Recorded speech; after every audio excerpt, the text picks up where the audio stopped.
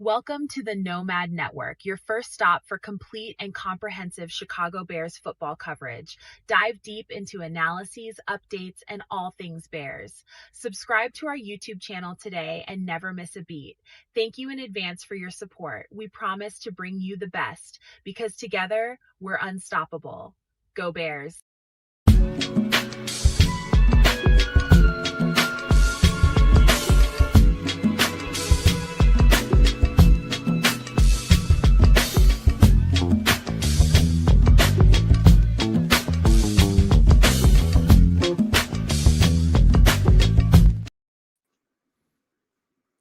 Put the kids to bed. It's us. We ran a little bit late. Kids is on location in a different site. But here we go. Yo. Welcome to another edition of Some Extra Sauce. Well, we're about to run an audible tonight because my guy's on location. We want to do a little something. I needed a little light night, man, because I've been doing a lot. And this is going to be a very light night. It's going to be full of content. We're going to talk about a lot of stuff. But we pulled out the UFO and Doomsday Survival and replaced it with something I think you guys are going to enjoy a little bit more. Some classic hip-hop record reviews, got a couple of movie reviews, some food and drink, man, and we're going to do it like that tonight, man. But welcome on into the show. Sorry we're late, man, but as you can see, Kez is on location in another spot, and we had to make sure his communications were A-OK, and we are here, man. Good show tonight, man. We got a lot of Bears content. Not so much Bears content to talk about, but we do have a little bit, man. But welcome on in one more time. But let me go ahead and throw this rock on over to wherever. I don't even know if he's still in Canada. Throwing on over to the. I am in Canada. Location to be, we'll just call it BF Nowhere Canada. You know what I'm saying? I'm in the middle of Nothingsville. But yeah, I'm out here. We're doing business. Business is booming. Business like AB business is booming. Business is looking good. We out here, man. We're doing our thing.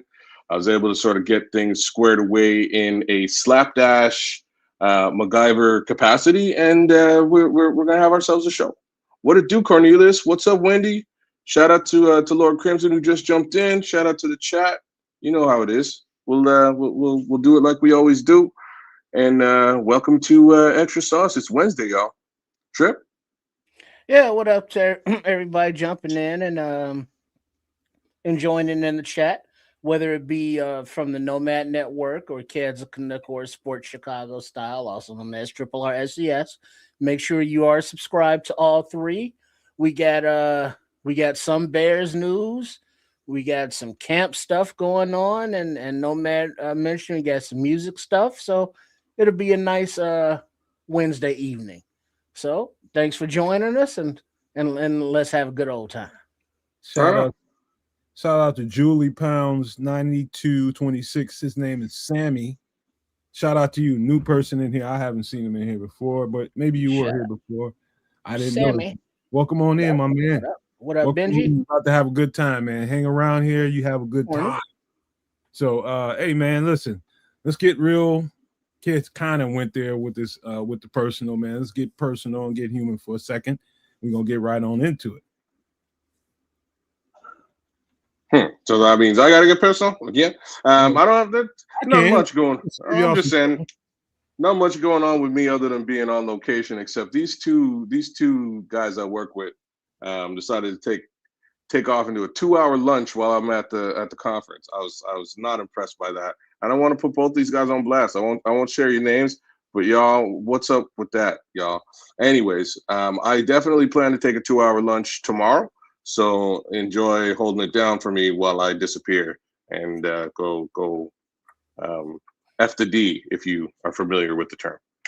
F the D. What does that mean? Go back to your room and churn out some fresh butter? No, I'm not surprised that's where your brain was, but no, it's a term. You surprised? No, I'm not at all. Not even remotely surprised.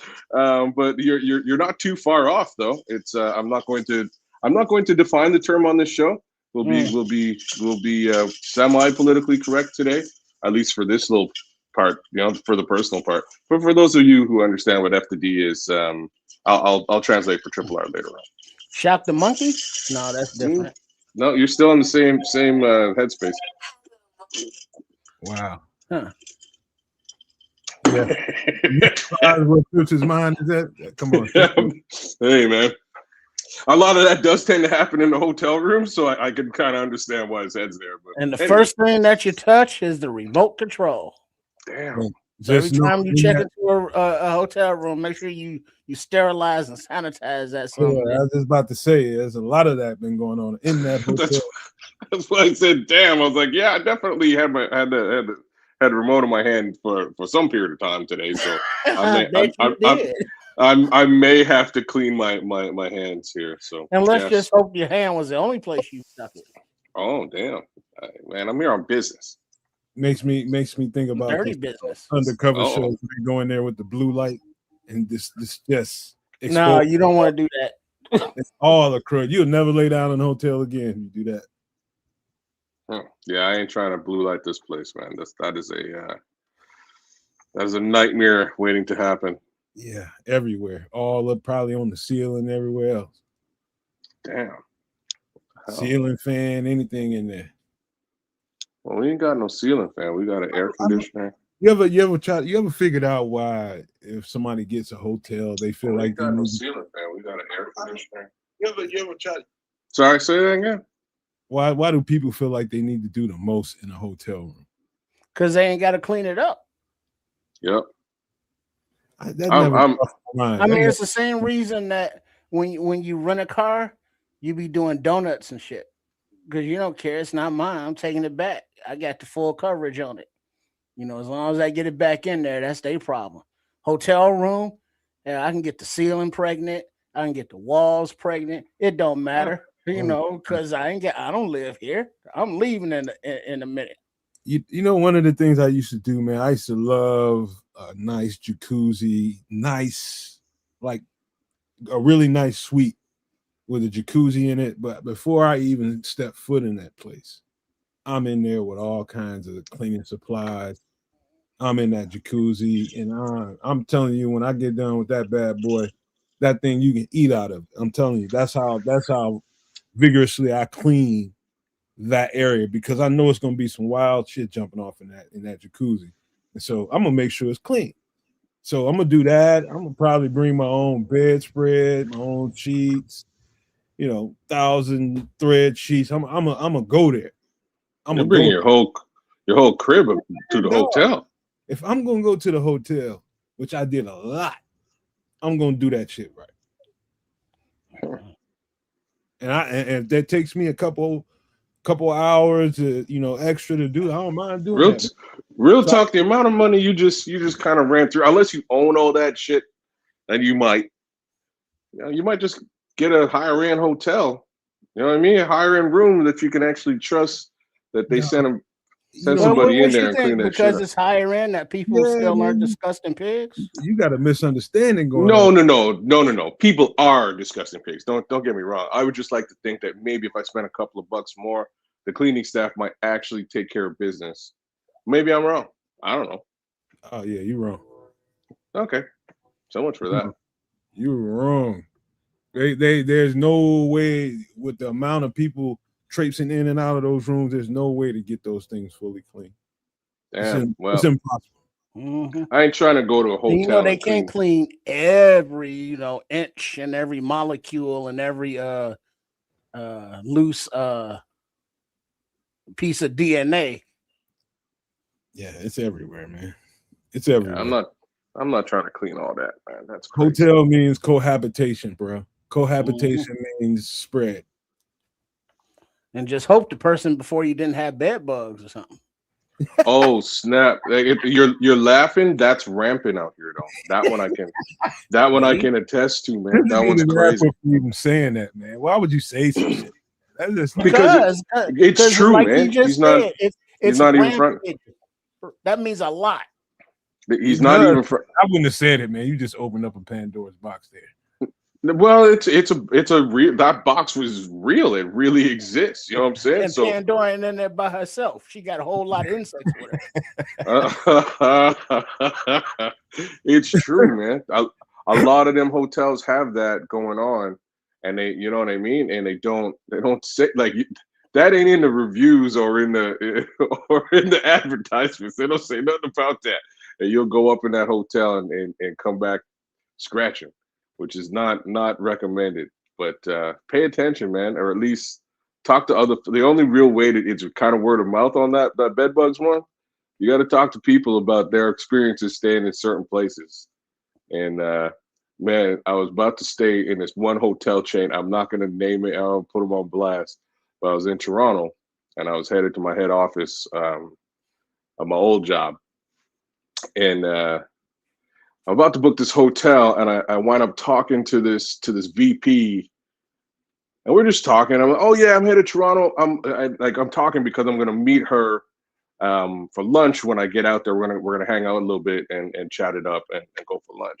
I'm like, yo, yeah, I'm about to book this hotel. I'm gonna stay at this hotel, and that's close to the restaurant that we can go to. We'll meet at the restaurant. She was like, you're gonna stay where? I was like, yeah, I'm staying at this hotel. I got a great rate, I'm ready to go. I'm just about to press, pull the trigger on this deal. And she's like, oh my God, don't do that. You know what I mean? and just shut it down. And I was like, why? She's like, oh, that place, you know why you got that good deal? You know what I'm saying? She went right to the money. She's like, you know why you got that good deal, right? Yeah, they are famous in the in the Greater Toronto area for having having bed bugs all over the building. So if you pay the extra $50 and you won't leave the building scratching. Mm-hmm. Pay the extra $50. So I found another hotel, needless to say, and yeah. We good. Hey kids, the cleanest you're gonna be surprised when I tell you this. I've been in some pretty ritzy hotel rooms in my day, and I'm telling you, I believe 100% the cleanest motel I ever stayed in. Not hotel, it's a motel, but it's cleaner than all hotels I've ever been in. Wow, a Motel 6, bro. You're kidding me. It was an older white lady, middle-aged white lady, who was tweaking. They gave me the key to that thing, and she wasn't done with it. And she was tweaking. When I say she was tweaking, she was all over that MF. I mean, all over. She said, I can't stand nasty. She was one of them OCD people. She was under that OCD people, like aliens. I mean, they are, man, kind of obsessive. Yeah, I mean, so unless it was clean, it wasn't clean. She wasn't playing. It made me. I had to wait. Me and the person I was kicking it with that day, I had to wait an extra 45 minutes to an hour. I was just like, she was talking to me at the door. She just like, you don't mind me if I just got to make sure it's clean for you. I just can't stand anything. I just, yeah, that's exactly what I did, man. We went and cranked up some sounds, man. Burnt one. Shit. By the time came back and it was good. Because, but you do know that, well, not everyone, but you want to avoid typically any hotel, motel, Holiday Inns that have hourly rates. Oh, yes. Because that's a lot of let's say prostitution and crackheadery and all kind of things going on. We don't even have, like, there's one. Okay, I'm lying to you. There's one joint where I'm at that has that. Two motels in two different skeevy parts of town that have the hourly. But like, you go to Montreal, there's some very shady establishments, and the proprietors resemble the establishment. Montreal's crazy for it. But or what do they call them? Transient hotels. You know what? Big time. I had a couple of teammates that played in Montreal, and they say similar things. Brother, they would know all about that because you can't. What's crazy though, like, and it's crazy. Like at some of these establishments, these transient establishments, they'll have super high-end rooms, bro. Like I walked into one, like I was in Montreal, and I had to stay the night. I wasn't planning to stay the night. It was like a haphazard thing, just happened to be what went down. And I was like, okay, so I had to check out a couple hotels and see what the rates are before I decide to stay. And it was like during a parade, so it was really like there weren't a lot of rooms out there. So the first like 5 rooms I went to was all like $350 Canadian and up. And I'm like, you know what? I'm not really trying to spend $350, and I ain't trying to go to no motel. So I got to find some sort of happy medium. But then I rolled up into this one spot, and there was just a dude who kind of came out like rubbing his hands, and I was like, oh no, like you know what I mean? He had a purple suit and he was rubbing his hands, and I need a room, little boy. Like I knew he was up to no good. But then he was like, oh, I was like, so what are your rates? He's like, well, the rates are all on the wall on that monitor. And I was like, oh, okay. So I go over, I look at this monitor, and there's like a scrolling list of rooms. And it's just like starting at like $3,000, like $3,000 for this crazy room. And then they list the amenities, and it's like a heart-shaped bed, 2 different hot tubs in there. It's crazy. I'm like, this is wild. I would never have expected anything like that in here, because you're like, regular room is like $75. You know what I'm saying? They got them Sybaris suites. It ranged from nothing to Sybaris. Yeah, it was crazy. Sybaris it's like it's not a resort, but it's a individual, like it's a wine and dine.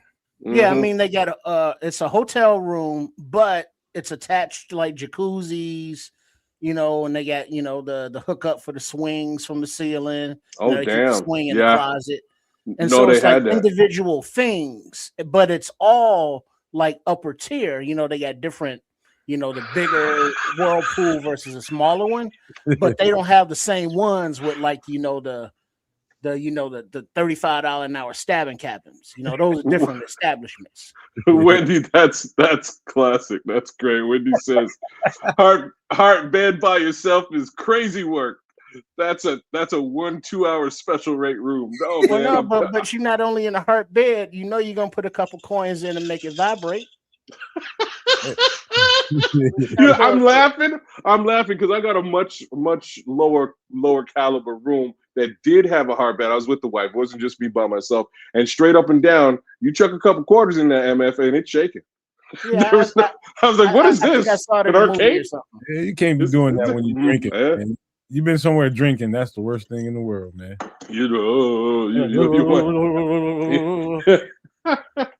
Hey man, hey look, I don't know if you guys got this out there in Canada, but you guys got any pay and stay kind of hotels? No. So out here you pay, basically it's weekly. Oh, for like long term?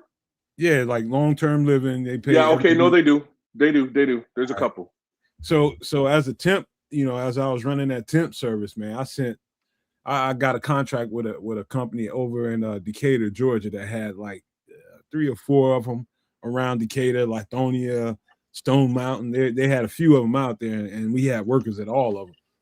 And so I got to go through there every now and again because it can get kind of some ruffians can come through there. Let's just say, you know what I mean? But I remember this one lady that wouldn't allow the team to go in there and clean her room. She just insisted on doing her own room.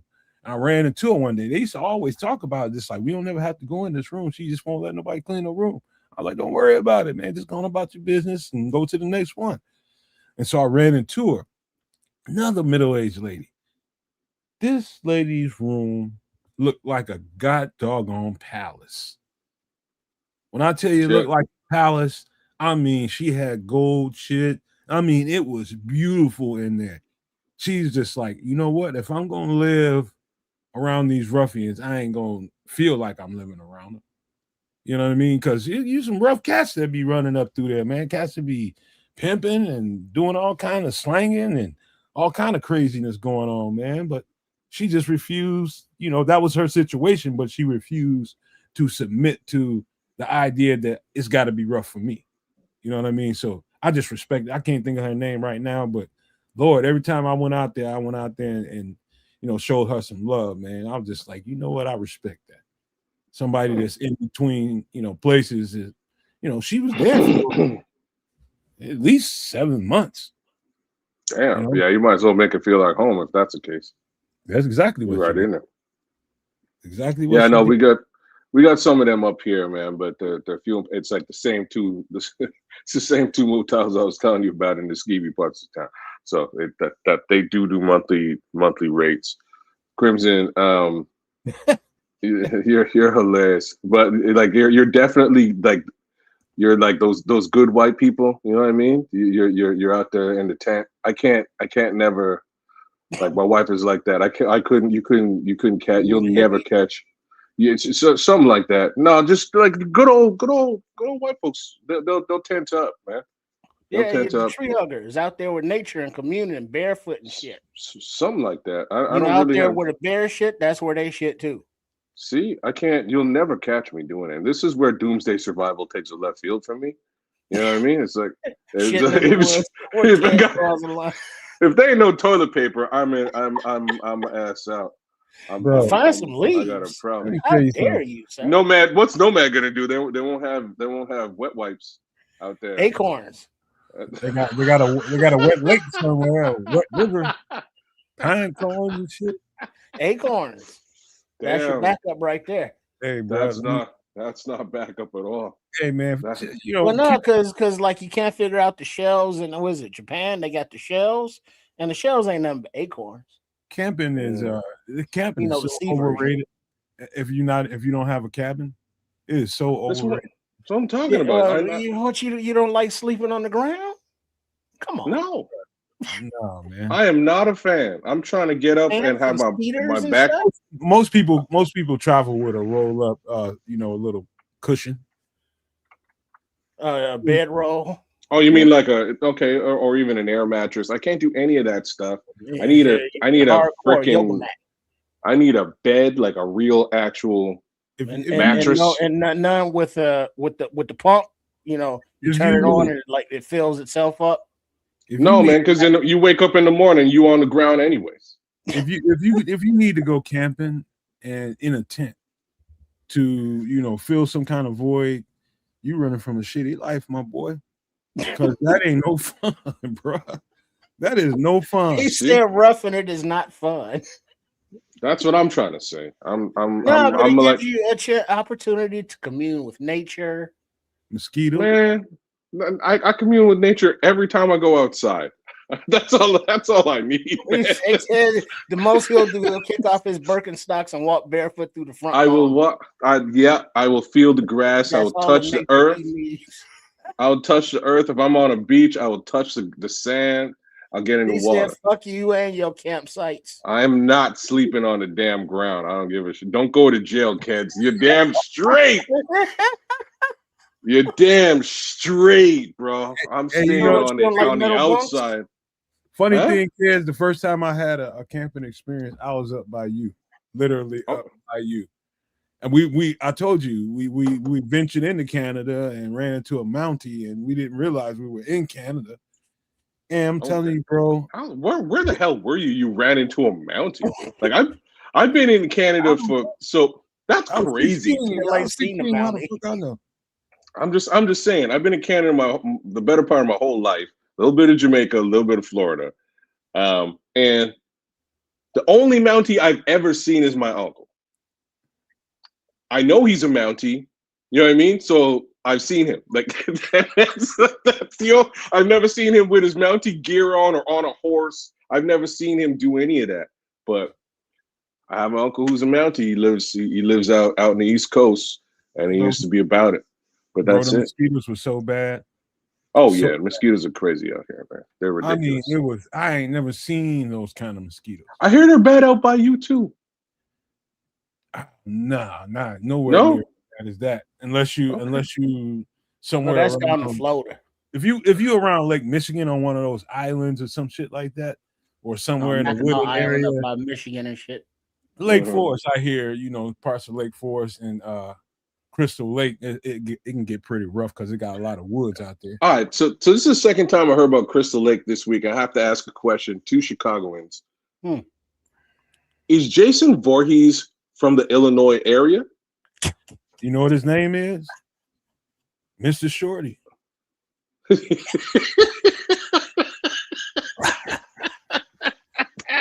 from Crystal Lake. I know, that's where I heard. I was watching BCP, and no, I'm lying to you. I was watching yo, shout out to Foul. I was watching their show. I was watching Clubhouse yesterday, and Shorty was on it, and he was talking about Crystal Lake, and I was like, wait a minute, Crystal Lake?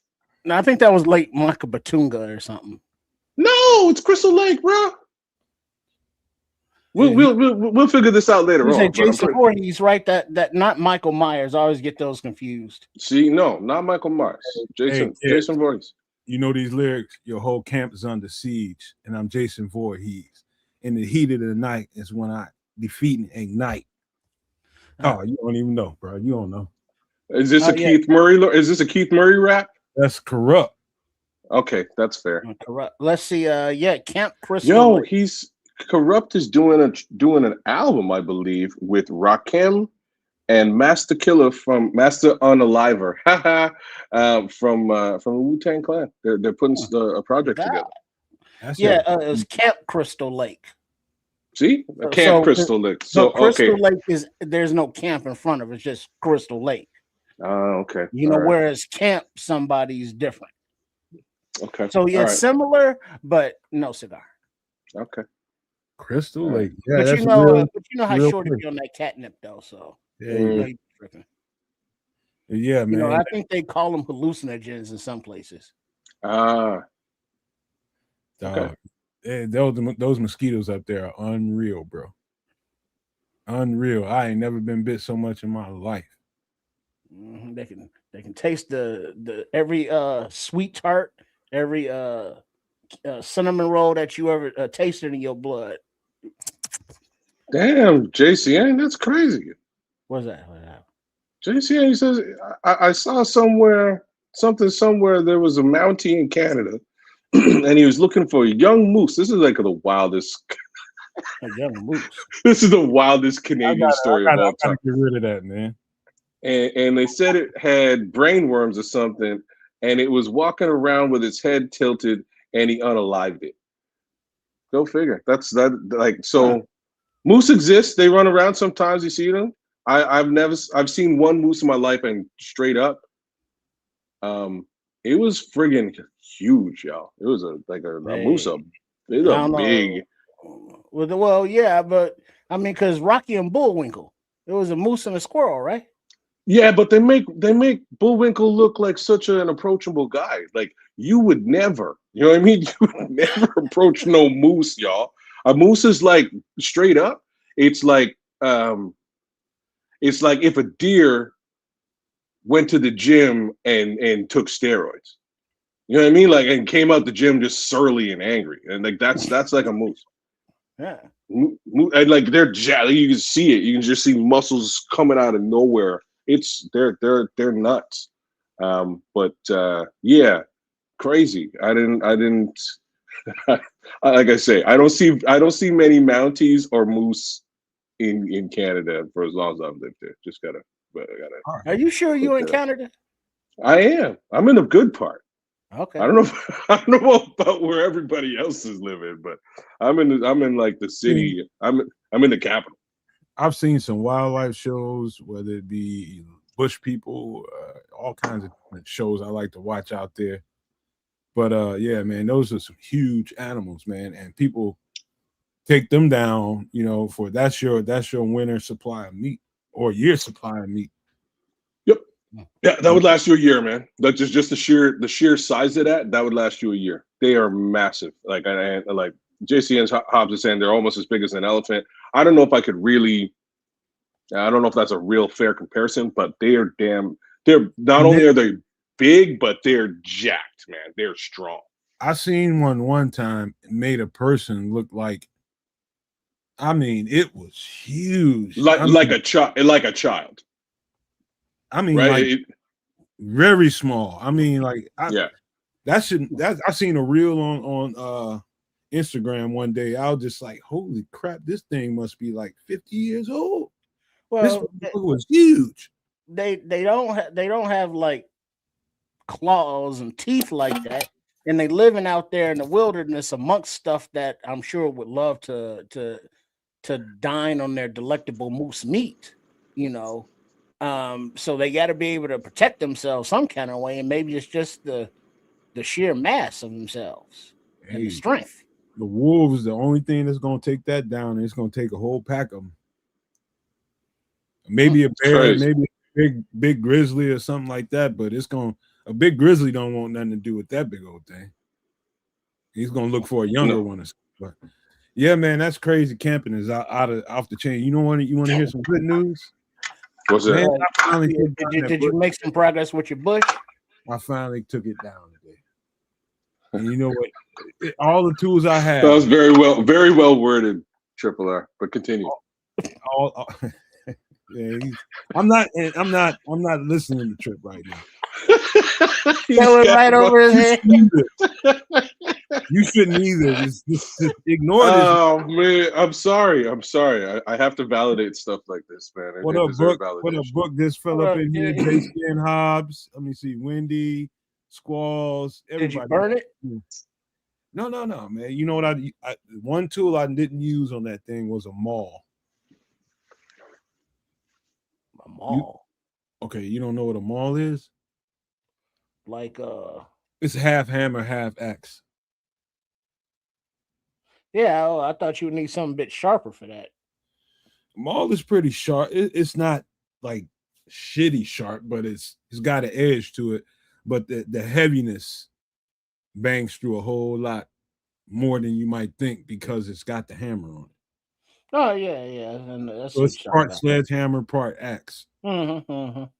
Man, I finally got that thing where I needed it to be, and got the pounding on that thing, east, west, north, south, just to loosen it up on all sides. And I finally cracked that boy from the east, and it broke to death. One crack, and then it's like all downhill, bro. I was so relieved. I told my mom, I said I should bronze. He missed that one too. I'm not listening to Trips, man. Anyway, man, Trips messing me all up, and you are too. It was y'all just don't know what I just went through with that thing, man. Well, it's been only 2 weeks.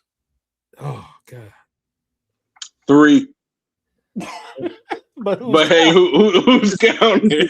No, he's right. This is the third week. This is the third week right here. And it's going to take you 3 weeks to get out one bush. One bush, bro. That should tell you when I finally pull the root out of it. If I drop that thing in your arm, Triple R, you'd be like, hold on, man. I need some help taking this to the alley. That thing was strong, bro. I mean, heavy as all get out, bro. And bro, you just don't know, man. I told my mom I should bronze this motherfucker like some baby shoes or something. Hang it over my window or something in my rearview mirror or something. God damn. It was not just because it was thick, it's because how it was sitting right there and growing underneath the sidewalk. And so you gotta figure out a way to get underneath there and break that. And so it was just, and it was fresh and it's new. It's not like old and had like dead limbs on it. It was a fresh, young, growing tree, and you had to cut it. Mm-hmm. So it's not like brittle, nowhere on it. You have to cut it, dig to it, and cut it. And every day you gonna have to nip a little piece of that thing off. And you know how many auxiliary or ancillary roots did you have to cut through before you get into the main vein, if you will? That was probably the worst part of it. Is finding all the stuff, the hanger-ons, bro. That was probably the worst part of it. Not only that, I finished that today and then got another one similar to that today. Now I got a system with the maul and the chainsaw. You use a chainsaw to kind of get some of them smaller roots and use that maul to hack at the base of that thing. And that maul, the heavy maul, can do a lot more than you might imagine just because of the sheer weight of it. And then I got a nice little edge on it, so it's doing work now. And I feel like I'm gonna be able to take down at least a stump a day, and it's probably like 20 of them out there. Well, so let's see. One stump took 3 weeks, and you trying to talk about a stump a day? No, this one was unique. The first one was very unique. Today, I started on one today that had a bigger base than it, and just because it wasn't surrounded by concrete or anything like that, I got that bad boy down about an hour and a half. Got it all the way up. Wait, so you say how many bushes you got to get rid of? 20? About 20 of them bad boys. Maybe I haven't even count them, but it's somewhere. So that's like an all summer kind of thing. It's 20, man. I can get over there and get one of them in a day. All right, so a month. Shit. Yeah, man. You're gonna be sore as him. Was an MF now, bro. My hands, hey, Trips. My hands look like effing boxing gloves from the last time I was over there, from just smashing shit like that with that maul. And then I had to turn around. My garden is planted now, and so I had to go handle the tiller and dig it. And what was unique? And what was unique about that this year, Trips, is because I had so many leaves on it, to feed the earth, and so I had to turn it up. Couldn't just graze over it all the way up. I had to turn all that shit over. So every step was like turning the ground over. You got to lift the tiller up and push down into the earth. That's good for you. Man, my hands are like freaking boxing gloves, bro. But I know you ain't too proud for no tub of Epsom salt at the end of the day either, right? Nah, man. You just eat some fruit, eat some vegetables, man. Get some Epsom salt. Nah, I ain't need to do all that. My body recovers pretty good. Mm-hmm. But all right, you holler us after about bush number 8. I ain't worried about it, man. If I was in bad shape or something, I'd probably be a little more daunting. It's just work, man. So, those axe swings, where you got to build up that momentum, and where the maul, builds on it and takes it and enhances it. You got to generate that. And I know you got to go lefty every now and then, and righty, you got to switch it up. You got to go different angles and stuff. It's once you get away from the concrete, you can work 360 degrees around it. Mm-hmm. So you don't have accessibility. Yeah, that was the worst part about it. Is sitting under the concrete, and you only had so many angles at those roots. And man, dude, it's if you don't mind working, man, it's gravy. Mm-hmm. See, Kez knows all about that. Back in the day, only bush he was trying to get rid of was hidden beneath a pair of Levi's jeans. You're damn straight. That's I'm trying to get rid of her now. What's up, baby? Oh man, hey, I do have one little thing to talk about, man, before we get into real shit. But this week I had 2 different scam calls. Like, I get them all the time, but these 2 were kind of unique. So be vigilant, y'all. Pay attention to what's out there. What's happening, at least to me on my phone, and it may happen to you on yours, is they will call you with an idea of a service that you might have and ask if you've authorized to have the password changed. And if you have not authorized to change the password, press 1. So even though I'm a cybersecurity guy, I figure I have a service with this company that they've identified, and I didn't authorize it to change, so I press 1. And maybe an hour later, a guy calls me. And I was like, hey, did you say that like somebody tried to change your password? And I was like, no, like y'all kind of said it, but what do you want? And he goes into this spiel of like, all right, so we're going to help you out. No problem. You've gone through the right motions. We won't change the password for you, sir. But what we're going to do is we're going to create a ticket here on our side. We're going to send that ticket to you via email. And you need to click on that ticket and authorize that we have not changed your password. And I like, as soon as he said all that, I was like, oh, yeah, you scamming, bruh. You know what I'm saying? So again, I've done a fair amount of cybersecurity training. Once they want you to go into an email account and change and click on anything, that's how they'll get access to your system, whether it's a phone or whether it's a computer. So I was like, okay, everything's cool, buddy. I basically told you that if they're trying to change my password, I didn't authorize that. So you can ensure that the password isn't changed. You can action that by not changing my password. And I ain't clicking on shh. You know what I'm saying? I ain't clicking on a damn thing. So the guy kept going and kept trying to get me to change. Don't, sir, I need you to authorize this ticket. So please, if you would go into your emails, like no.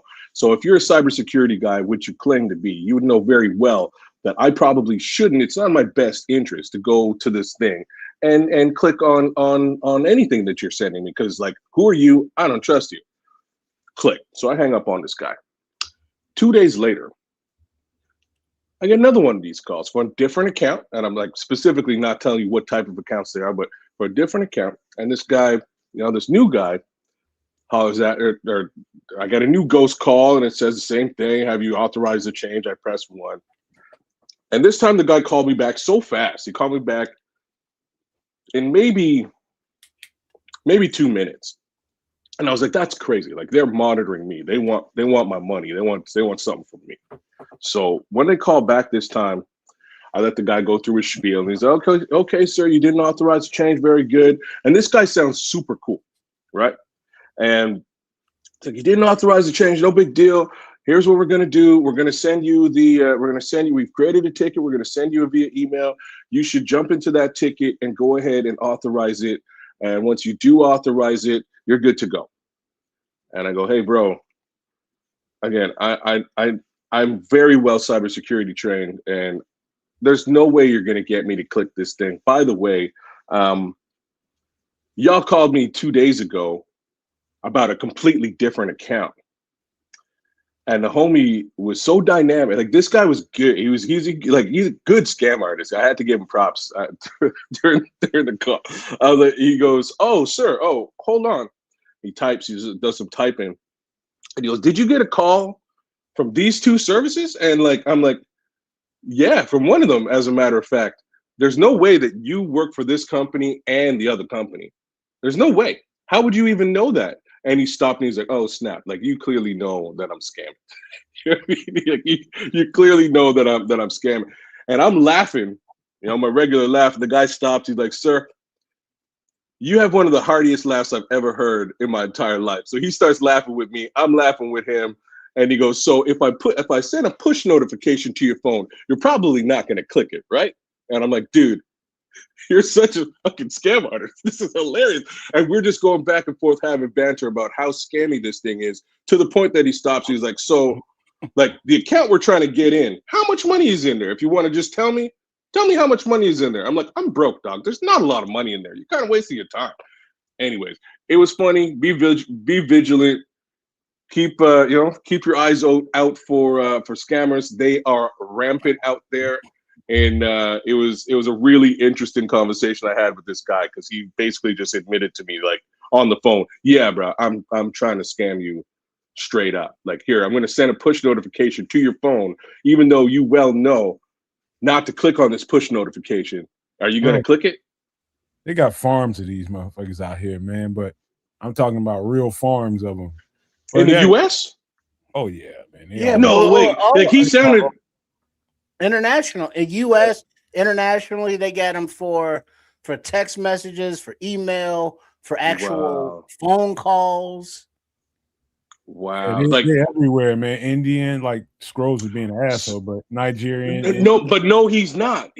Straight up. Not, but he's being an asshole about it, but it's true. But it's true. Like, you know what I'm saying? Like, it's true. I was just so the first guy So the first guy was he's definitely Indian trying to scam me. And that was part of the reason why I was like, I don't trust this call at all. The second guy sounded like he was from Minnesota, maybe. You know what I mean? Like, he sounded like like, what's funny is, like, sure, no. I met this Indian guy when I was in Amsterdam, and we were talking about stuff like this. He's like, yeah, I work in a call center. I'm a straight up scam artist. That's what we do. And I was like, cool. And he goes, watch this. And he busts out his American accent for me. And I was like, damn, like, I wouldn't even, you know what I'm saying? Like, you practice this all the time. He's like, I do. It's pretty good, isn't it? I was like, yeah, dog, that's crazy. But here's the thing, though. There are those newfangled, scams electronically, but like your old standbys are just straight up cold calling out of the phone book, representing your local either sheriffs, state police, or local police unions. None of that money ever goes to those unions, but the telemarketers are on the phone in the representation and voice of actual cops and law enforcement. And intimidation factors, you don't donate, I'll see you on the highway kind of things, and unshady, unsavory things just to steal money in the name of something good like law enforcement or like orphans or kittens or puppies. So they will play on your emotions and sympathies, and that's all countries will do it. Crazy. What? JCN just hit it, and it's basically a old people hit farm. Playing on people's sensibilities. And one of them, I just seen a reel about this the other day. One of them was talking about, how Scrolls was just talking about a lot of them be Indian, some of them are African, and they play on the fact that you can't understand the accent. And then send you to the next person. They send you to the next person that you can totally understand, and then that's how they reel you in. Well, then, like Crimson's saying stuff that isn't real, but there are things that are real, like tech support. Especially with the older generation, like our generation. We were around when computers were invented, so we've been playing with them since that. But generations before us and this newfangled stuff, they don't know. So they have no idea. A pop-up message comes on or something freezes, and it's like, hey, did this happen to you? It's like, yeah. Well, call us up and we'll give you a free analysis of your system, and they don't know. So it's like, sure. And so now they the scammers have their entry point into these people's lives. And whether they have a lot of money in the account is one thing, but they still have an identity that can be stolen, and that can be monetized down the line in the nefarious parts of the dark web, and leaving the human beings to have to deal with the repercussions. And it's like, got to get lawyers and got to, do new IDs and new phone numbers and changes that all come with that. And it's a $1 billion industry, scamming people. The multi-level marketing shits, the pyramid schemes, all of that. All right, man. You know what? Let's keep it moving. Let's keep it moving. Scrolls, Scrolls is too much, man. We got to get to some Bears when we got to start with this, man. I got some things to say about this because it's been too long. And Caleb, this was just a rumor the other day when we were talking about it, but Caleb made the Madden cover, and I think for the first time for a Chicago Bear. And what I didn't notice about this cover, and I'm so glad you posted it here right now. The snow. Very fitting. Okay. What a perfect That's little. The first thing I noticed.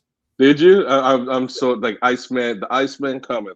And by the way, y'all, everybody talks about Madden curse. Patrick Mahomes had no curse. Patrick Mahomes won the damn Super Bowl the year he was on this thing. So let's just say that it only works for every other team, except for us. Wait, now, Nomad, you're showing the deluxe edition. You know that, right? It's okay. It's just a cover. Well, yeah. Is it a different cover too? Yeah. Yeah, it's another. It's another. You want to see it? No. That's not. Come on now. You don't want to see the actual cover? I've seen it, man. I've seen it. Well, you don't want to share it? No, everybody else has seen it. I'm trying to get to a point here. Right. Okay. Because what's pissing me off about this cover? It ain't got shit to do with Caleb Williams. It ain't got shit to do with this Bears team. It's got everything to do with this cover and them saying that a Bear has never been on the cover of Madden. And I got to thinking about it. I was like, hold on. You mean to tell me Devin Hester, hey, kids, shit on mute. Sorry, brother. Keep on. Devin Hester never made the cover of Madden. Devin Hester was the most electric player in the NFL for years. And that's pissing me off. In hindsight. Yeah, not like the individual player accomplishment / accolades, Pro Bowls or MVPs or game covers or commercials. I never really care. It's like, yeah, cool. Because guess what? In a few years, it's going to be somebody else. I was more about the team. But it is good, nice recognition to be like, all right, one of the players on my team is popular enough, good enough, has enough aura, for lack of a better term, to be recognized for something that's like, oh shit, Madden. Everybody grew up playing Madden. And it's like, shit, one of our players is on the cover. Oh, that's dope. And it's like Hester is like, yeah, he was good, but not Madden cover good. No, he was great.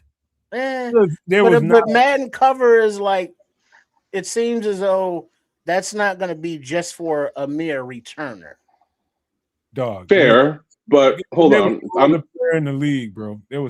There's only a close second to who could stand up a crowd in a stadium like that. The close second was Adrian Peters during his. I bet you it was AP too. I'm just wondering who. So 2010 Bears, 2006 Bears. Who was on those Madden covers in 06 and 2010 is really my question. That's a good question. I don't know, but it just pissed me off knowing the fact that, man, this guy Devin Hester was so electric. He brought people to people's stadiums that probably normally never went to a game. They wanted to see him live. That dude was standing room only. Standing room only when he was back there to receive a punt or a kick. Yeah, he was that bad. He was. Those two questions are interesting questions because those were two high caliber football teams that could have got some level of Madden representation and did not, with respect to the Chicago Bears, that is, right? 06 and 2010. Surprising. I can almost knock on wood. Chat, check it out if you can. I can almost knock on wood and guess that it was probably the Peyton. One of those 2 years is probably the Peyton Hillis year. And why that's important. That Devin missed the cover? Yeah. I can almost knock on over Devin Hester? Brother, I can almost knock on wood and say it. I'm not saying they should have done it. I'm just saying that I'm pretty sure they did. And that that's kind of like where the Madden curse really came from. Right? So Peyton Hillis had a single season of success and was out of. They put a fullback on the cover before Devin Hester. I'm pretty sure. And what Paul is referring to here is that Paul? No, I'm sorry, Wendy. Roberto Garza was on a 2009. Oh, on the Spanish. On the Spanish edition. Yeah, I'm looking at it right now. PlayStation 3 in Español. Madden 09. Roberto Garza is on the cover there. That's wild, man. Devin Hester ever being on the cover of this thing is wild. And this because Caleb, if I'd have never known that a Bears player never made the cover, I'd have been so good with this. But I found that out, and I'm just like, hold the fuck up. Devin Hester went through that whole era and didn't get a cover. Yeah, and I stopped Madden somewhere in that time. He was, but have Hester, Hall of Famer, all of that. No love, and that tells you where the Bears personnel has been, talent wise. Shut up, Scrolls, man. You're laughing at Scrolls too over here, man. Scrolls is too much. But the official reason on why Caleb Williams was chosen, according to the EA Sports executive, Caleb Williams is what a true face of the franchise looks like. the culmination of many moments in the Chicago Bears' incredible history that has led them to their electric, generational, there's that word again, quarterback. So this is, Caleb's going into his second year under Ben Johnson, and it's like Madden cover. And it's like, oh shit, we ain't even scratched the surface on what Ben Johnson wants to do and blowing teams out and having a lethal offense. So when that actually starts to get in gear, it's like, okay, now we can see the vision and understand. It's like, well, that's why Ryan Poles wanted this kid. Hey, did you guys see the presser the day after this cover? Ben Johnson's presser? No. You mean where he was highly impressed about it? He was not. In other words, he was not. Did not give two shits. Not at all. He knows the curse, all the things about the curse that comes with it. He wasn't gonna acknowledge it. He's a little spicy at that goddamn podium today, man. I'm just telling you. He's somebody's a reporter had their phone up there and it started ringing. And he looked down at that phone like he was about to throw that motherfucker. And he was like, whose phone is this? Hey, did he ask? He asked. Come get this motherfucker so I'm not interrupted again. It was like one of them cartoons where you got a devil and an angel on your shoulder, and the devil would look like he was winning, boy. And for a minute, that devil looked like he was winning, man. I'm telling you, that shit was hilarious. I ain't never seen that man that angry. That man $5. $5 says it's Mark Carmen's phone. I'm just gonna put that out there now. That's exactly how he looked. And I football cycle. And we've seen that around the league circles, Ben Johnson is being known as, the bad guy, the anti-social head coach where everybody hates him. And I love that shit, man. I love that about him. Me too. And it's like for those listening, there's a picture, like a kind of a meme kind of thing up here, and it's like Ben Johnson giving somebody one of those Ben Johnson looks like, I'll slap one of you bitches because you just that's the face I make when I wake up in the morning. But I'm so down with this face, man. That's exactly how you should look. Yeah, the devil almost won. I'm telling you, he was fighting him right then and there on the podium. That guy was pissed, man. I mean, his jaws tightened, his eyes got sharp. What the fuck is this? I'm talking to who the? Like, hold on, man. Come get this shit. We're talking about Madden. He was real live fighting. About the phone ringing on this podium. I know, but like. But then when somebody asked him about Madden, what are your thoughts on that? He was like, "Do you have thoughts?" He was like, "Nah." It was hilarious. Next question. Yeah. Love this guy. Go football cycle, go. But man. Now somebody says something about Madden curse. And one of these numbers people, one of the kids, with their analytics. Oh. Quarterbacks numbers on Madden cover since 2020 and their ensuing season stats. In 2020, Patrick Mahomes, 14 games played, 4,000 passing yards, 26 TDs, 5 INTs, Super Bowl champ. Super Bowl champ. In 2021, Lamar Jackson, 15 games played, 3,700 yards, 33 TDs, 9 INTs. In 2022, in Madden 22, Tom Brady, 17 games played, 5,300 yards, 43 TDs, 12 INTs. Patrick Mahomes in 2022, 17 games played, 4,800 yards, 37 TDs, 13 INTs. And in 2024, Josh Allen played 17 games, 4,300 yards, 29 TDs, 11 INTs. So according to the numbers and quarterbacks, the legendary or the infamous curse is it could go either way, but it doesn't. It's I don't pay attention to any of that stuff, man. I really don't, man. It's just football to me.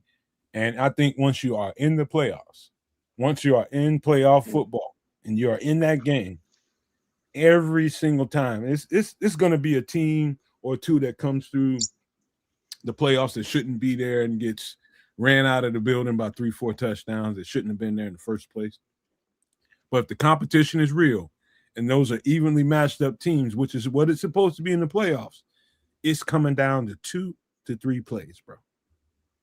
And in that, this year, watching this cat in the playoffs, Caleb made 2 to 3 of those plays.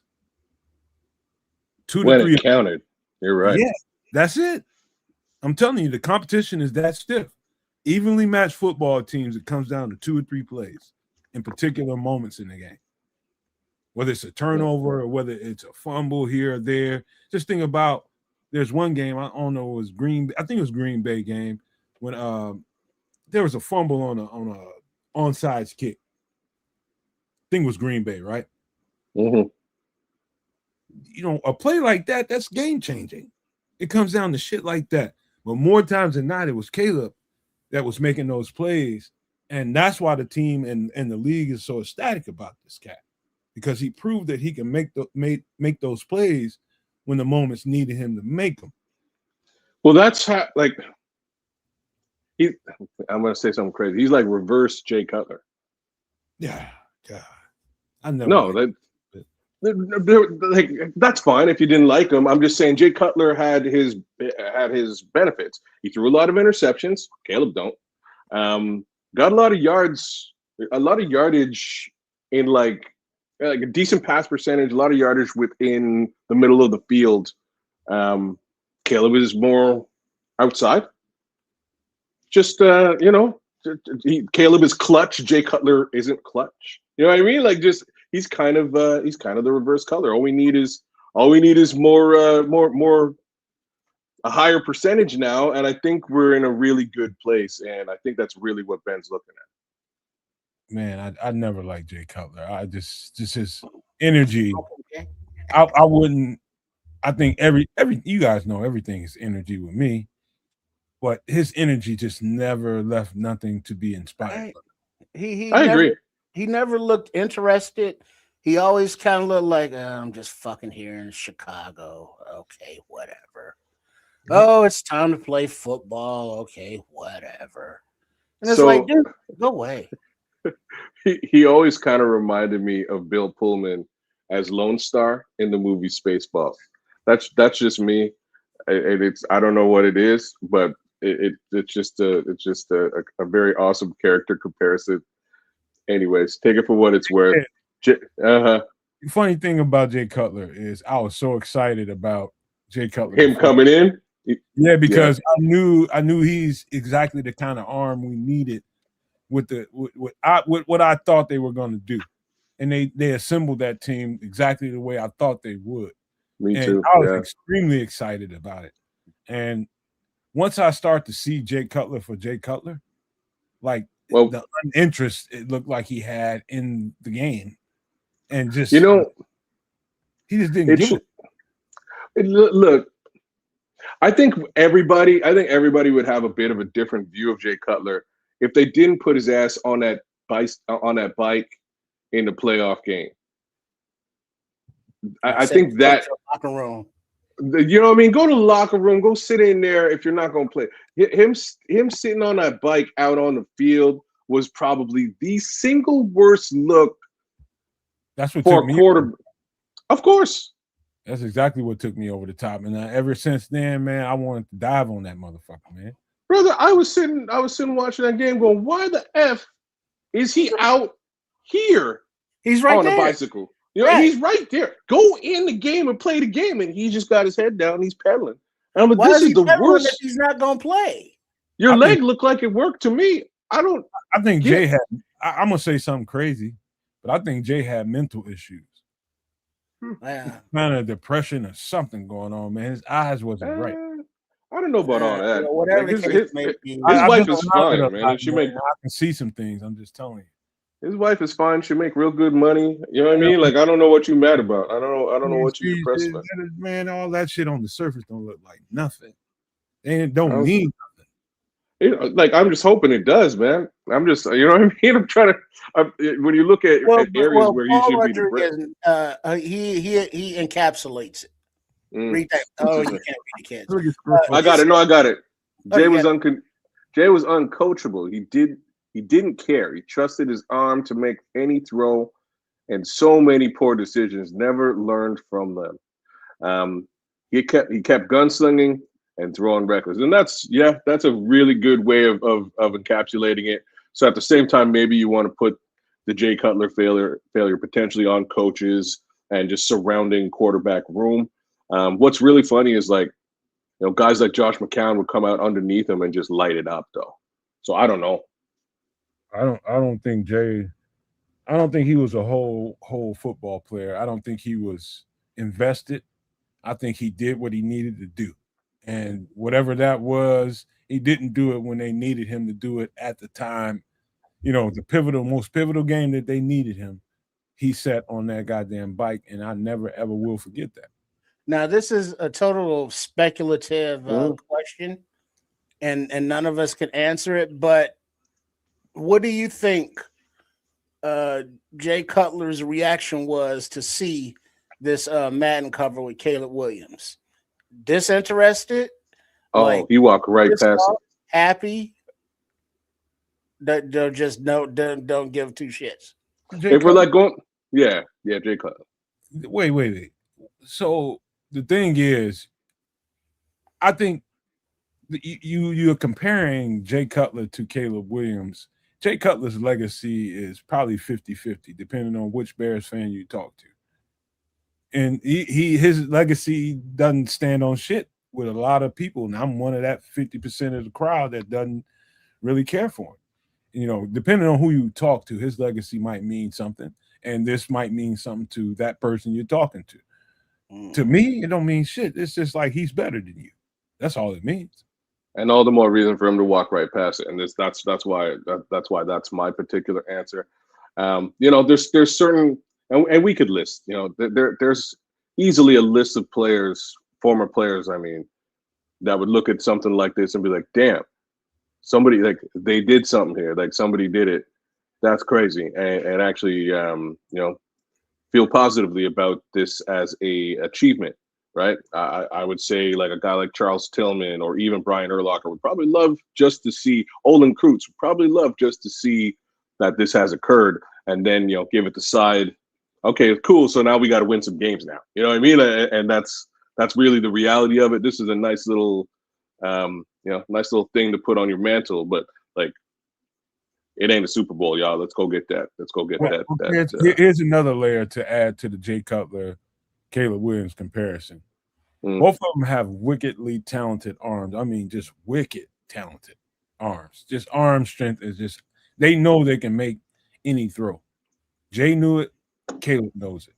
Yeah. But the better protector of the football is Caleb Williams. That on the screen right here. Jay just didn't prioritize protecting the football. He prioritized what throw he can make. And that's the difference between a winner and a loser. When you got the ball in your hands, a lot of times, 100%. You're nailing it. And again, easily just that comment is part of the reason why I was saying Caleb is sort of the reverse Jay. He's not throwing the ball into dangerous situations ever, almost, right? So the one time that he did was that final nail in the coffin for the 2026 season. But the reality is throws like that are few and far between with Caleb Williams, and we all know that. So the anti Cutler. Another layer I can throw into it, this could all have to do with coaching and what coach will hold you accountable for protecting the ball and what coach won't. Obviously, 100%. The coach that was here with Jay did not fire his ass up. And his teammates also, man, you better not give this ball away. You dirt that thing or you throw it into the stands. But you better not throw this ball away. And he was too willy-nilly with the throws, man. And it cost us too many times. Mm-hmm. It's like, and then he would just have that look on his face like, whatever. Yeah, it's a difference. Big, huge difference. Ben Johnson is going to hold this cat accountable. You better not throw that ball away too many times, or we will sit your ass down on the bench and put somebody else in there. You better prioritize keeping that ball. Man, I'm enjoying the intelligence, the sense of humor, the human side, but the spiciness of Ben Johnson. Whereas, beyond the, why is his phone ringing during my press conference? Why are you asking me irrelevant questions?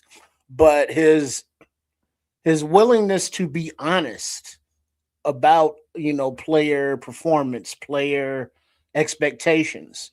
And, Caleb Williams is not above that scrutiny, not above that public, I don't want to say ridicule, but public acknowledgement of shortcomings, if you will. You got to have, and but the thing is, the difference is Caleb seems to be receptive to it, to whatever coaching was offered up to, Jay Cutler was just rebuked. All right. One more thing before we get out of this conversation about who's on the Madden cover and who isn't. I'm having a little brain fart, but yeah, I'm having a complete brain fart right now because somebody is outside my door right now. Hold on for a second, y'all. Hold on. Give me a second. Who's that peeping in the window?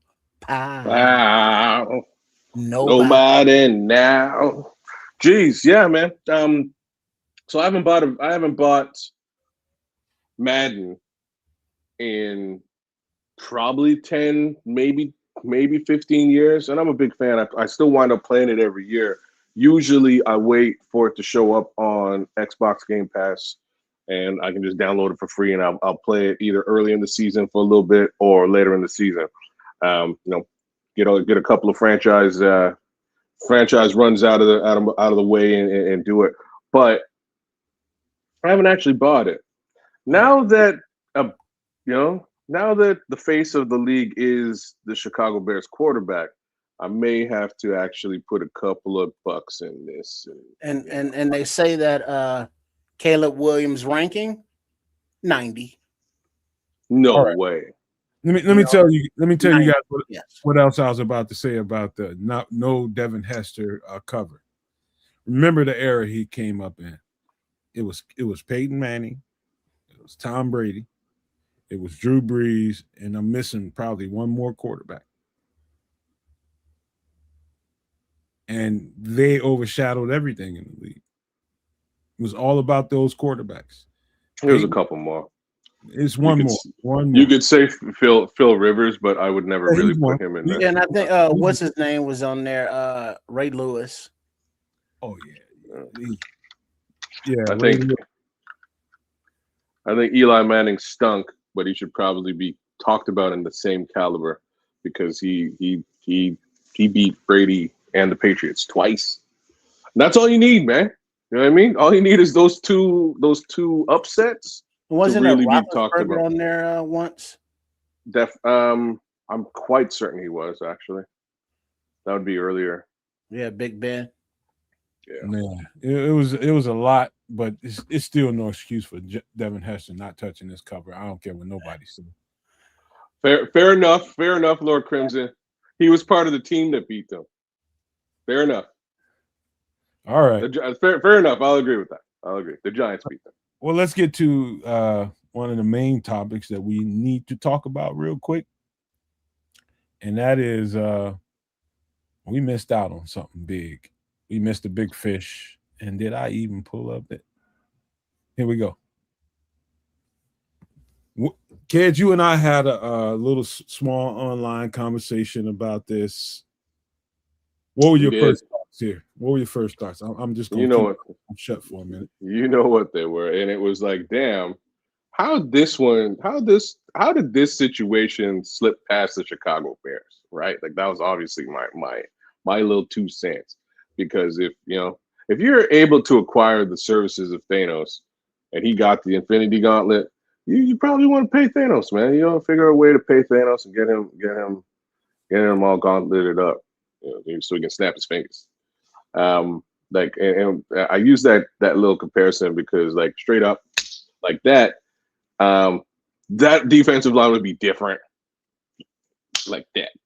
So to be frank with you, there's a couple of things that there's a few things I would not mind letting go of, and that does include potential draft capital for an instant and an instantly threatening defensive line versus a line that's not really all that threatening. You know what I'm saying? So that's where we are. And all I really hope to hear at some point is just that, Ryan Poles says, hey, yeah, you know what? We heard about this thing. We had a couple conversations. It wasn't a fit. That's all I need to hear, and I'll be fine. But, I really had to think about how the heck did this guy get to the Rams? So basically, 2 out of 3 of our, probably bigger threats in the 2 out of 4 of our bigger threats in the NFC now have gone out and secured massive pass rush upgrades. And we're just going to have to deal with that. And we've been looking for a pass rusher for, I don't know, 7 years. We have one. We need another one. This is the only guy that I thought that was worth them changing. You got to change gears immediately if this guy is in play. Would you throw 2 firsts for this guy? Oh, yeah. Every day. That's what I'm trying to say. Come on, man. Simply put, I'd throw 2 firsts for Myles Garrett. You can't. Well, but he did also go for more than that, though, basically. No. Well, yeah, because Jared Verse, he was a first-round pick, still on his rookie deal, Pro Bowl player. So that's first number 1. And then actual number 1.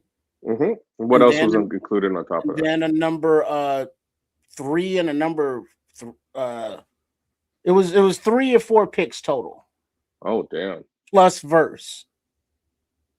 Damn. Well, so it was not just a number 1 pick and Verse. Hold on, go ahead, and keep talking. I'll look up the exact. Okay. Yeah, give me the exact compensation there. That's the worst thing about it to me is this is a hill we have to climb at some point. Well, we already let Micah Parsons go to Green Bay. That's number 2. He's going to be starting the season on the PUP list. So that's at least the first. Myles Garrett? No, Micah Parsons. So Paul Rodriguez has got the pick selection in here. He says a first rounder, a second rounder, and a third. Right. But the third is conditional. And so if the Rams trade Garrett back into the AFC, that third becomes a first. Yeah, they ain't trading them. But here's the thing, right? Like, compensation aside, that's pretty significant compensation. But compensation aside, you are allowing your competition to get better under your watch, and that has to be taken into consideration, right? They were not really in that Michael Parsons conversations, and he went next door, and we got to deal with him twice a year. I just want to know that they were at least in this conversation and looking at this particular opportunity and maybe trying to wheel and deal if needed. But my thoughts is they probably weren't. They probably looked at this thing and said, we just don't have the capital. We don't have the capital to do this. So we're out. And they probably bowed out really early if they were involved in the conversation at all. Kids and Trish, think about some of the conversations we've had about pass rush in the last couple of weeks here, and how we were breaking down what the offense can provide to help the defense pin their ears back and get after the quarterback. Myles Garrett was on a team that couldn't really score. He still ended up with 20 sacks in a season. Imagine what that's going to look like with a team that can put a 21 burger on your ass at halftime. Brother, how many sacks can he get then? Let's just be like, let's just quantify that. And this is why I'm saying you're allowing your competition to get stronger, get better. We lost to the Rams last year in the playoffs. Exactly. You know what I'm saying? Like, it's specifically that team. You allowed that team to get that much better on you. And the facts is, Matt Stafford ain't gonna be there that much longer. So they're kind of famous for doing. Even the Matt Stafford move was kind of like this, right? Let's get the most out of the existing NFL that we can and win that chip. And this is like a very similar move as to them pulling Stafford over in the first place. Let's just expend, empty the wallet, get what we need to really make a go at that, at the NFC Championship / the Super Bowl next year. And that's what this looks like. Well, yeah, but the downside is, you don't make it. Now you're in a position where, a lot of your young talent is gone. You are, down draft picks, and you got to pay a lot of old guys. You know who doesn't care about that? The Rams. No, not just the Rams, but very specifically Sean McVay. Because Sean McVay can go get another chip and be like, yo, I'm out. I'm going to retire. I got 2, still more or less. You know what I mean? I'll probably get into the Hall of Fame. You know what I mean? Like, he doesn't really have to worry about how old the roster is and who's got to fix that situation up after. He wants to win now. And that's what this is. This is a win now move. That's definitely because, according to the scuttlebutt that I've heard, teams had similar offers as far as draft compensation for Garrett, but nothing moved the needle until the Rams offered verse.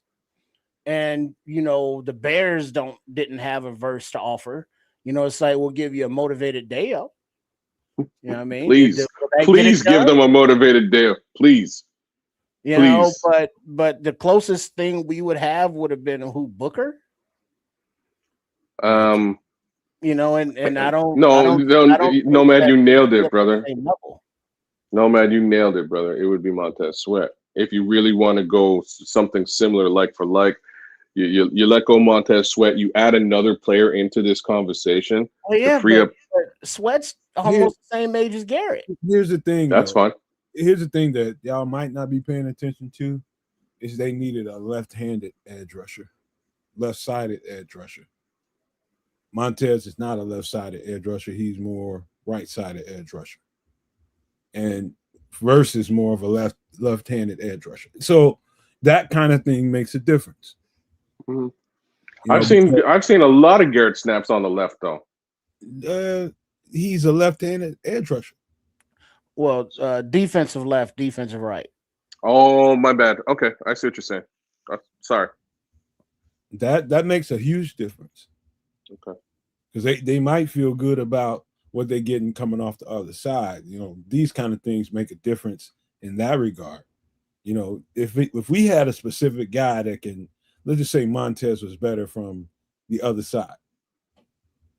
On the side that Garrett is, that Rams deal looks good for us too. But I think that's a specific thing that they think they want. That guy's coming to the blind side of the quarterback. Man, I kind of knew that at some point this was like something like this was going to go down with him. The regime change, I don't think he was really with it. I mean, I know he was very close, as in Myles Garrett. I know he's very close with his defensive coordinator and coach before all this regime change over in Cleveland. And the flip side to all this is, again, back to the money angle. Man, they were paying 2 people upwards of $300 million. Like that's like half, like the whole roster, and 2 players. So they kind of needed to make some kind of move. Let me ask you guys a football question, just off the top of your head. Do you think it makes a difference whether an edge rusher has his left hand in the dirt, right leg back, or the other way around? Do you think it makes a difference in that play? Given where you line up, yeah. Yeah, it does. It does. The thing about a coach and assistants to these coaches in those rooms is knowing where their strengths are, where their weaknesses are, and they know where to give these guys particular amounts of reps. He comes off of his back right leg better than he does his left. I mean, it's little simple things like that makes a difference in a trade like this, in my opinion, because versus more of a left-handed in the dirt kind of guy. And that can give you similar, impact that Myles brought to the team. Not the same by far, but it can give you something similar. As opposed to if you looked at Montez on tape and he's on the left-hand side, to me, he's not the same player. He's good, but he's not the same. As opposed to the other side of the field. Well, yeah, I don't know, man. Like I say, I'm just hoping that we find out that they were at least kicking the tires on this, because how could you not? And my answer for how you could not is, again, strictly money related. There's so much money tied up on that defensive line right now that maybe, and like, as much as I'm not super pleased with this, but maybe they just have to see it again, try it out again and see if it works this time around. And hopefully folks are not quite as injured this time around as they were last year, and we get a little bit more out of these, out of these investments. But depending on what happens, kids, Kayvon Thibodeau at some point could be a strong candidate for this team, whether it's now or at the trade deadline, which usually it gets muddled and effed up when you got to get to that point. But that's something. What do you think of that player? I think he's very he's a very strong pass rusher. I think he can play in a 4-3. I think he's equally good against the run, and I think he can bring something to the team. But again, like I told you all at the beginning, it's going to take us to get in the pads for a couple weeks at least. Pads for a couple weeks before they decide something like that. Yeah. That's why, but Myles Garrett is a different animal. Like that guy, you just got to make sure you play a hand here. Plug and play. What you said? I said plug and play. You just put them out there, and it's a difference. Like there's a difference being made. Thibodeau, if they didn't play a hand at all, I'd be pissed off about this. That's why I'm saying. That's why I'm hoping we hear something along these lines, just to find out. Because like to me right now, like some of the words you'll hear out there is like, Ryan Poles is just happy with the with the defensive line that he's going to field. Well, I don't know. I'd categorize it as happy. What would you categorize it as? I think it's more like, well, contractually, with Odengbo, with Garrett, with Sweat, you're kind of locked in. And, those exit strategies aren't viable until the end of next season. But then, to a man and a player, they've all admitted and said that they underperformed. New defense, new schemes, all of that, understood. But they still did not beat the man across from them enough, despite whatever defense was called and win. And now, with the obvious spotlight on the defensive line and lack of run stopping and lack of quarterback sacks, Ben Johnson came out and said, we got to coach better. Last year was more about in the scheme and right positioning. This year it's more about, actually making the tackles and being in the right position to make the tackles. But the defensive line it's like you want them to fix it, but it's like, well, what do you do? It's like, all right, well, Poles has been here so many years and we still don't have a defensive rush. It's like, all right, cool. We got a up and coming head coach. We got a young quarterback who's, the face of the Madden cover. We had question on the offensive line, kind of left tackle. We're not sure. All of these things, all of these positions have been addressed and addressed pretty well.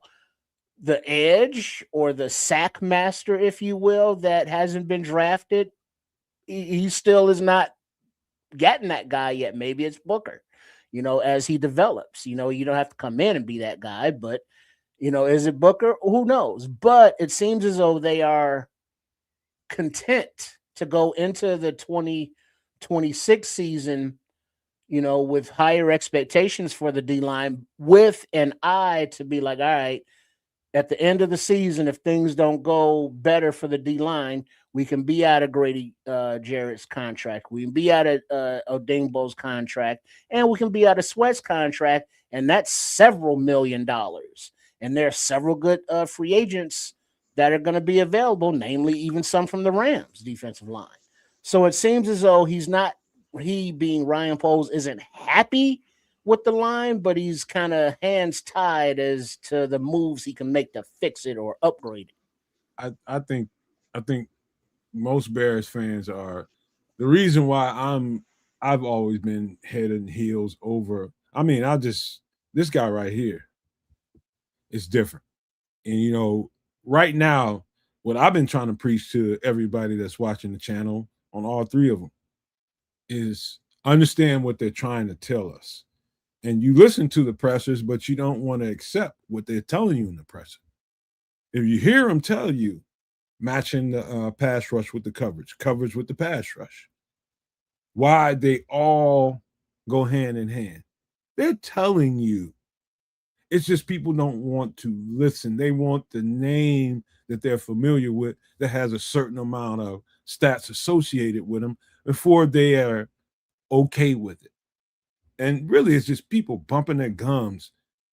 Other than that, this guy's different. Other than that, I'm listening to what the hell they're talking about because I know they know what they're talking about. It's about everybody together. It all fits together. If that defensive line gets off the ball the way it's supposed to, with the coverage behind it that you should have, all of this won't be getting talked about in a while. It won't. You have a couple loose strings here and there. Guy will get a long one on you because you got a savvy quarterback that can find, an open man. Other than that, what they're talking about is totally sound. You don't have to have a household name pass rusher. It's just what people want to talk about. But if you listen to what they're telling you, all you got to do is just chill out and wait and watch. All this complaining about what they did and didn't do. Myles Garrett's a different animal. They don't, they miss on a Myles Garrett. I'm going to have something to say. But other than that, everybody else, I'll wait till they get in pass and we can see. Well, right now. They missed out on Myles Garrett. That's where we are. What are we talking about? I got something. You know what I'm saying? That this is where we are. I'm not sure. I just worry about the obvious thing, and it's got less to do with name brand. Although this name brand here is tried, true, and tested. Shout out to Foster out there, man. Big ups, man. What up, Foster? Fucker. Just again, this is the real deal. My worry is very simple.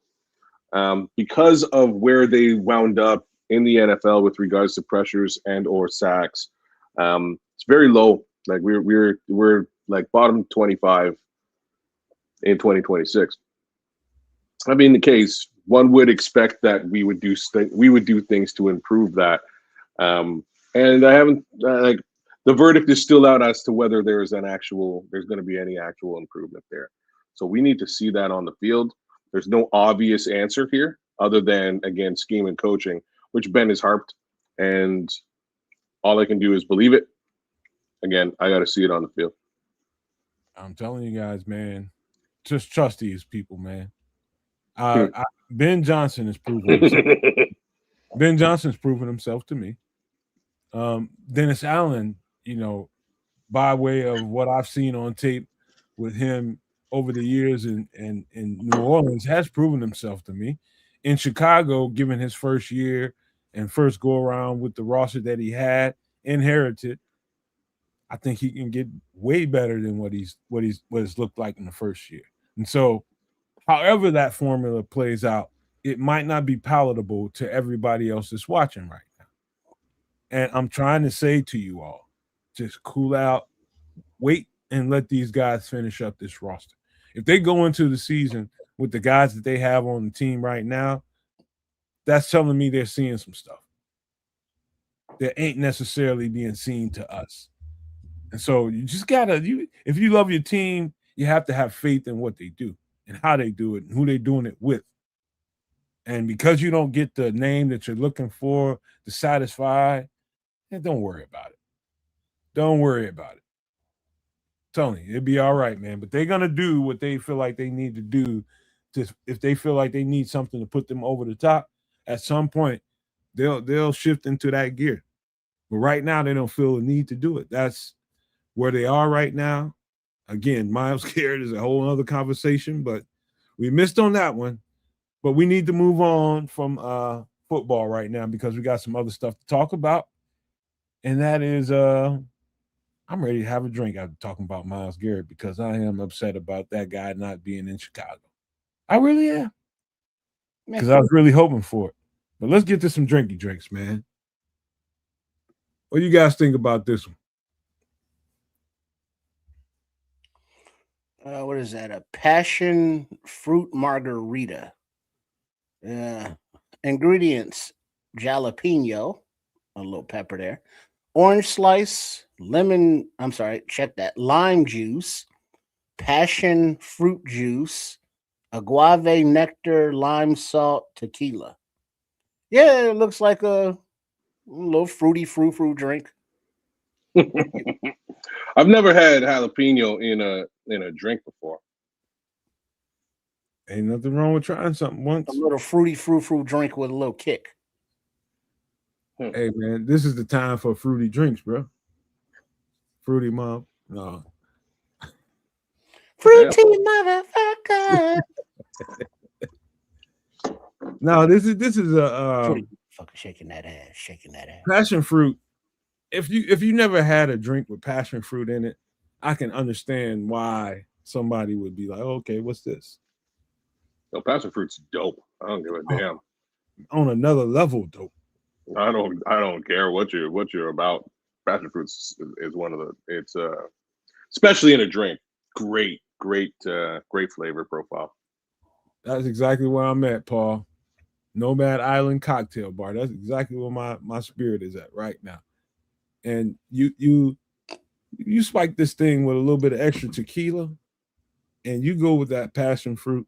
Really, you don't need nothing else. All this other stuff is just extra, to be honest with you. But when you're out and you're having a good time and you're out there just on cruise control in that space, dude, this kind of stuff right here is this is summer, springtime kind of stuff. What? You know what I'm laughing at, man. Don't Scrolls is hilarious. I'm not gonna say nothing, man. Scrolls, you too much, bro. Damn. Yeah, no, this is a nice drink. It makes me want to go downstairs and actually hit the hotel bar before I go to Betty by Bowls, you know, but it is what it is. What problem you got with this other than the tequila here, Trips? Oh, no, the tequila's fine. I was like, you don't do tequila either? Yeah, I do. Yeah, the jalapeno. Yeah, but the brown. Yeah, okay. Yeah, the jalapeno, man. Oh, but other than that, it's like, yeah, you know, but I don't know. Just these are, you know, social, you know, gathering drinks. Is like, nah. I'll just open a can of fruit juice, you know, a couple shots of tequila in there, and you know, maybe a spritz of some lime juice and some salt, and I'm good. You know, but these summary is like, oh, public gatherings and events and shit, and I don't like those. And hey, Trips, I used to be exactly like that until I started moving around, and you know, life comes with life experiences, man. You want to try? Let's see what this. I ain't really with that.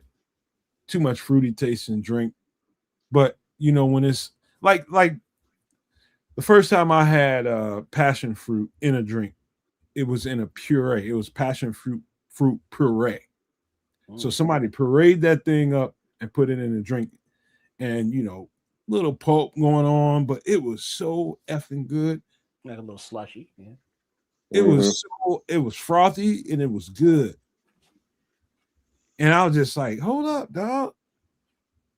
You know what I mean? So it's about where you are, being in the spirit of wherever you are, and just trying something. You know what I mean? Just getting away from what you normally do. Man, some of these drinks, even though it's just like, oh, okay, these are just for the girls at the bar and all this kind of stuff. Try some of this shit, man.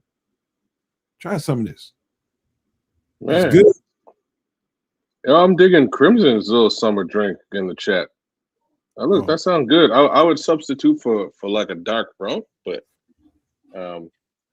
yeah, man. He's saying vodka, fill the glass with 2/3 orange juice and 1/3 grapefruit juice. You had me at the grapefruit juice here for sure, man. But that'd be an interesting flavor. What up, Smitty? Hey, Smitty Q. Howard Hall. Shout out. That's a passion fruit margarita. I like it. Make sure you put that lime salt around the rim of that glass. Lime salt helps. Anytime you're drinking tequila. Lime salt. Never had that. What? Yeah, no, I never had that. Man, everybody, you don't have lime salt in your house, man? No, I never. I just said I never had it. I don't know. I've never had lime salt before. Yeah, I never heard of it. No. What? Okay, so I'm not alone. Dog, go to the liquor store and ask for some lime salt, man. They sell it at the liquor store, not the grocery store. I got that thing at every liquor store, man. Okay, all right. You can get it at the grocery store. Okay.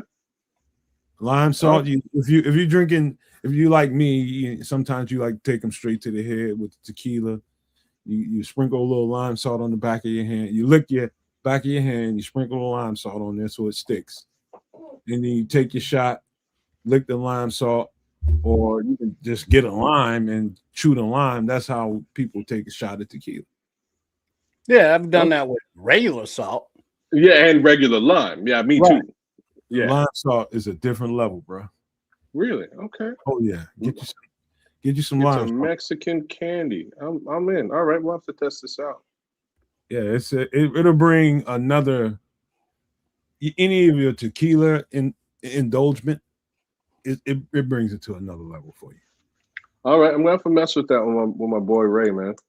Ray's a tequila connoisseur. Yeah, so, Corona, Modelo, you can put that lime salt around any of those.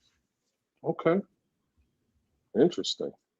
So I assume it's just okay, forget it. All right, I'm gonna have to find this out. I'll have to find this out. Nobody listen to you, Scrolls, man. You weird anyway, man. You do what you want to do in public, man. You don't be go ahead, Red Baron. You run your tongue all around that rim.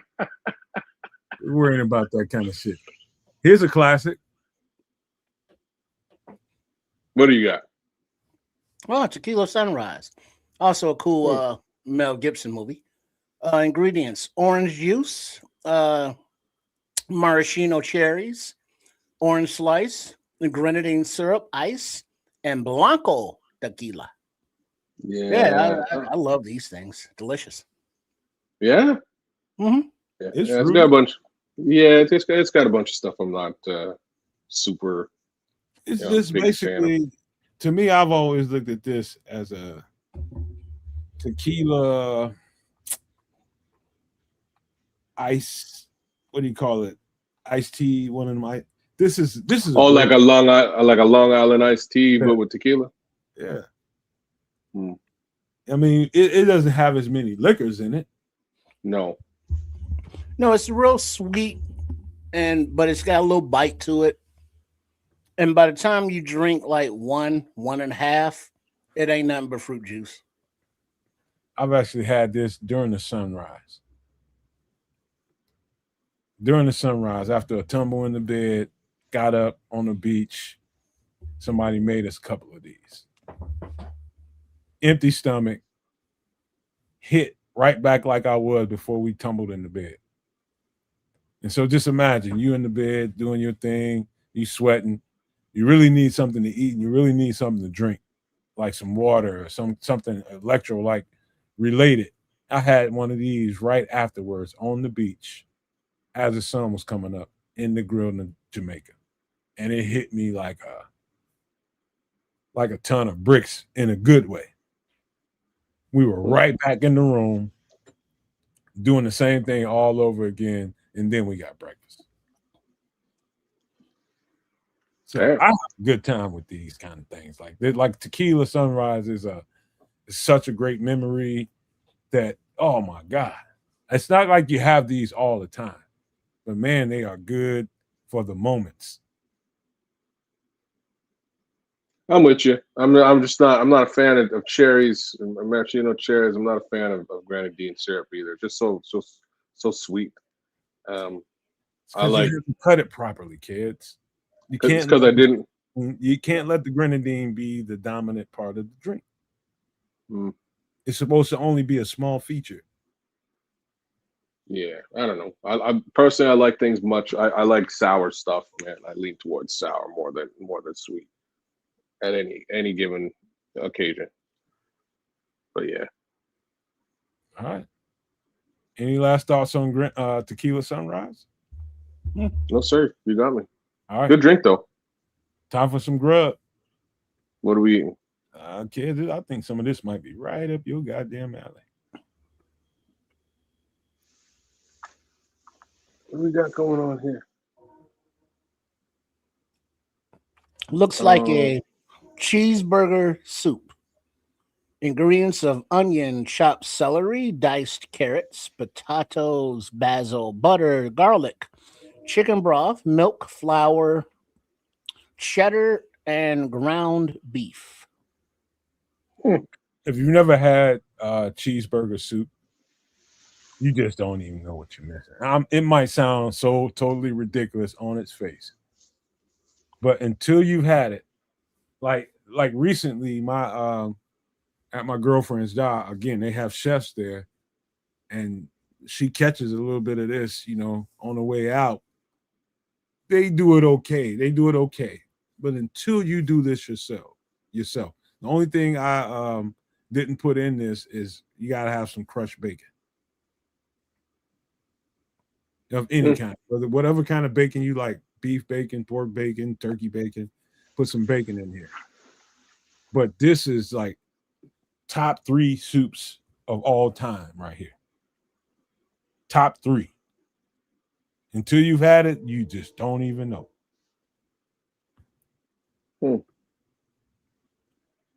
Must be calorie dense. Yeah, you're probably right. This look good to me, man, but I would do it a little different, and I probably wouldn't do it. I'd do it with like a minestrone base. Give it that more tomato flavor. With the potatoes, it just, oh my God, dog. I mean, you can't. I mean, let's just say you put some pasta in there instead of the potatoes. I can see the potatoes. I'm telling you, it takes it there for you with the bacon and cheese in there. It's like you eating a cheeseburger baked potato with fries. Oh, with baked potato. Okay, I see what you mean. It's one of the top 3 soups I've ever tasted in my life. Really? And I love soup. I absolutely love it. You can make this as dense as you want to make it. The gravy that puts the soup together, you depending on how you go about that with the flour and all of that, and also the cheddar is a binder too. So as you go about making something like this, remember that, as you're, bringing it together with your flour, remember you're going to put some cheese on top of it. And unless you want it super dense, be easy with the flour. Best thing I can tell you. But this is absolutely top 3 soups I've ever eaten in my life, and I'll fight anybody about it. Wow. Okay. You got to have this. You got to get this. Matter of fact, kids, best thing I can tell you, look around the city. Look around your jurisdiction that you might be in right now and see. No, I you know me, man. I would actually make this at home. I would make this at home and give it a shot. I'm a soup idiot. I love soup. So I would give this a shot one of these days for sure. Except like, damn, the milk and the flour, I'd probably find a way to cut out. Is it important? Yeah. When you're bringing that roux Wait together. to make your roux. Yeah. Damn. You need a little bit of milk, a little bit of chicken broth here. Okay. Well, the chicken broth's fine. It's just it's the milk and the flour I'd like to stay away from. Well, try whole wheat flour and almond milk. Okay.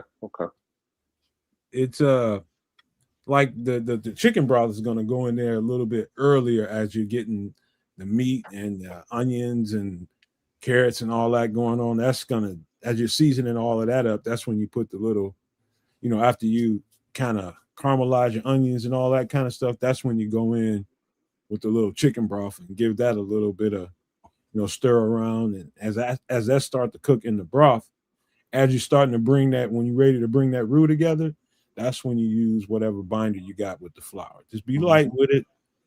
Start bringing it together. Get all the clumps and lumps out of there. Make sure it's nice and smooth. Bring it where it needs to go to. Continue to season. And you throw the potatoes in there with the meat. And then, that's when you're starting to bring it together now. Starting to bring it together. And at the very end, after you've gotten the roux where it needs to be, everything feels and taste it as you go.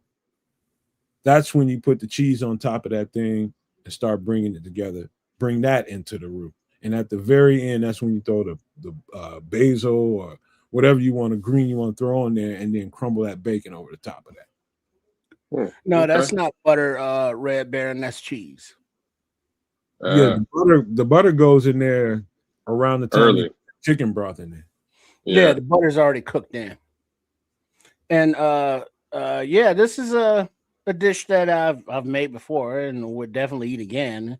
Love cheeseburgers, and it's just a different way to enjoy a lot of the same foods. So instead of actually making a burger and potatoes on the side and steaming carrots and celery and all the other ingredients, just put it all in the same damn pot.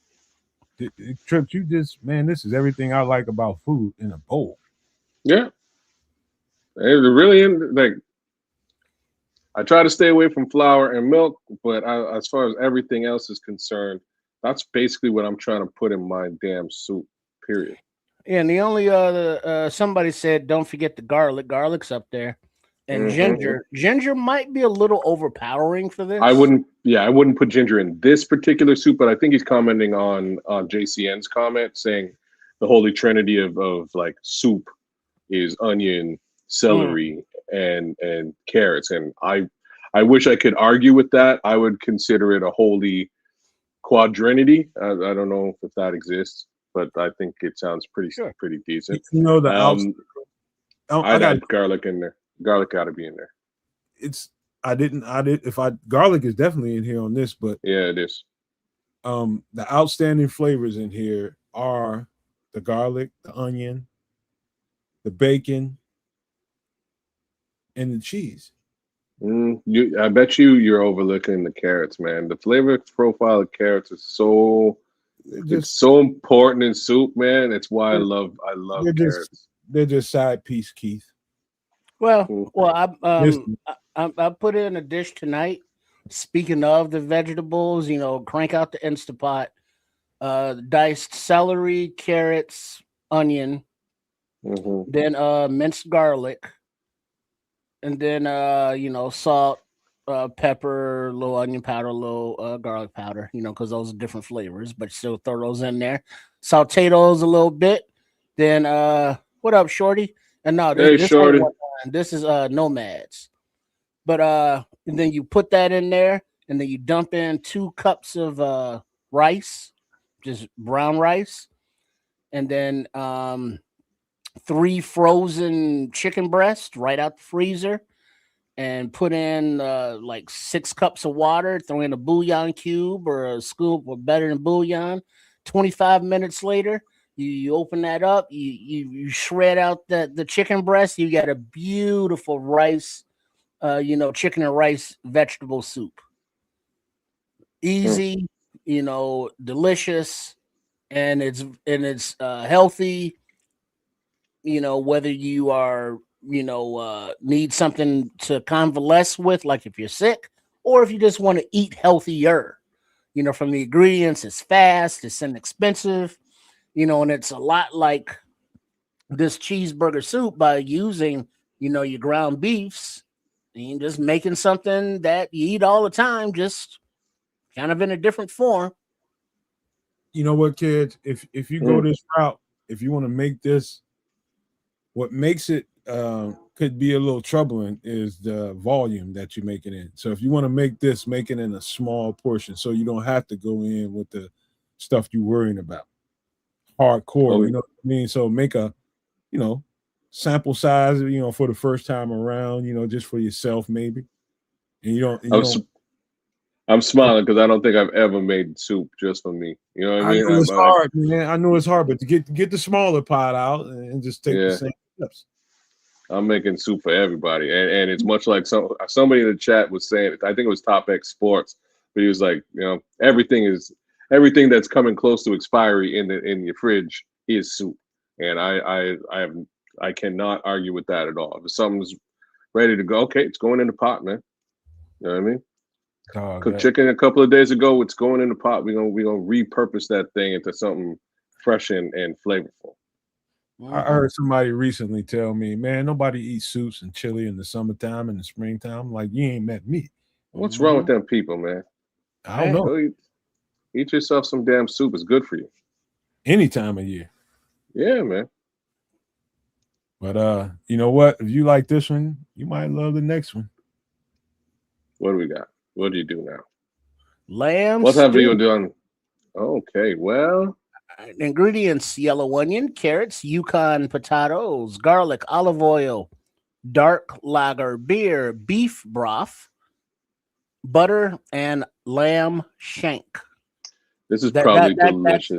That's a piece of meat, Kez. That doesn't mean that you take a knife and jug a lamb with it. Yeah, so I don't no stabbings of the lamb. No stabby of the lambs, no. Okay, that's good. That's good to know. This sounds delicious. I might actually like this. I just worry, and like right off the bat, I worry about potential gaminess of that lamb shank. How does the lamb come out of this? Tender. Yeah. Succulent. Well, you gotta braise it first. Smart. You gotta braise it first, give it a nice little cook down before you start adding, all these vegetables and all that stuff to it. And that's the most important part, is seasoning and braising that thing, and then starting to bring the roux together. Man, I could eat this and just eat the carrots. Crazy. I love carrots, man. Carrots are my favorite, especially in a soup or a stew. They are my favorite vegetable in a soup or a stew. Well, all about carrots. It may have been a lamb stew, I believe, actually, that I've had. I think it was Greek Islands, Greek restaurant, hosted in Chicago, a little Greek town area. But the way they prepared it, it seems as though they caramelized the onions either beforehand, some kind of way, like roasted them or did something with them. But they were very, very sweet. Their natural sweetness. And it just enhanced the whole stew. Yeah, man. Yeah, that's why I love it. Honest to God, it is exactly that. And it's just sort of a little, and you don't really think, like if you just bite into a carrot, you don't really think it's sweet. It's not really a sweet flavor profile. But when you boil it down, I don't know where the sweetness comes from, but it's delicious. And it's such an additive to a stew. I have to say. You can say that one more time, man, because when you put that in a brothy mix, a carrot is another level of good. It is, man. I love it. Potato is too, for that matter. But the potato's just a little bit different because it doesn't bring a sweetness. Potato sort of absorbs everything in the dish. You know what I mean? And it presents it in a different manner, and that's super cool too. But like carrots also do that, but they add just this little sweet kick that that you don't get with a potato. Would any one of you guys sweetness be interested in trying this to make this from scratch? Sure. Actually, I would make this too. This is a little bit more of a mission I have. I'm just trying to think what ingredients do I not have in my crib right now. So I'd have to get it in the freezer. I don't. I'd have to go get the lamb shank, but that's not a big deal. I can go get it. And the only thing I'd really need is the beer, dark lager specifically. There's beer in my fridge, but that would you know what, man? I don't know if you guys have ever experienced a stew with a lager in it, but if you haven't, I'm not sure if I have. It's depending on how they season that meat and how they season that broth, it can be a standout in the taste. It can be. I've had a broth. It wasn't lamb. It was beef with a lager in it too. It was an Irish stew, Irish beef stew. And the first time I tasted it, I was just like, oh, there's too much beer in here because it wasn't seasoned well enough. And the second time I tasted, that shit was perfection. If the guy didn't tell you that they put a lager in that stew, you wouldn't have known it. He drinks a whiskey drink. He drinks a lager drink. Yeah, the flavoring, beer goes in a lot of different soups and dishes, and it doesn't taste like beer, in the final dish. It cooks in throughout, but it's either the yeast or the whatever the flavoring is, it just enhances it. If you have issues with alcohol, I don't think consuming this dish with cooked beer in it's going to trigger anything. So it's not a noticeable thing, but the lager difference versus a like a light or a white, or not white, but not lager beer, it's different and you can taste the difference, but it's not a lager or a port. He says a lager or a port. Yeah, there you go. Mm-hmm. It brings its own flavor profile. Like, I never cooked with cooking wine until probably 5 years ago. Specific cooking wine. Nice sherry. Well, mine's I only started using it recently, and it's specifically it's like an Asian cooking wine. I'm trying to remember what it's called, man. It's got a name, but I've told you in the past. No, that's not the name. But it's very specific. You use that to make. It's part of what I do to make my chicken wings, man. I put some of that in there. I toss it in the cooking wine. I toss it in sesame oil, and it comes out like you went to the Chinese food restaurant, man. They're dope. Hey, kids, it was one of the times when I had to slide on my girlfriend, didn't tell her I was ruining up the some stroganoff. I was ruining that together. I used a little it was dark red cooking wine. I can't think of the actual name of it, but I didn't tell her. I used a bit of that to rule it all up. She knew something was different, but she liked it. But I used it before on something else, and she saw me using it, and she immediately turned her nose up to it. Sedity. And I'm just like, you know what? I got something for your ass. Oh.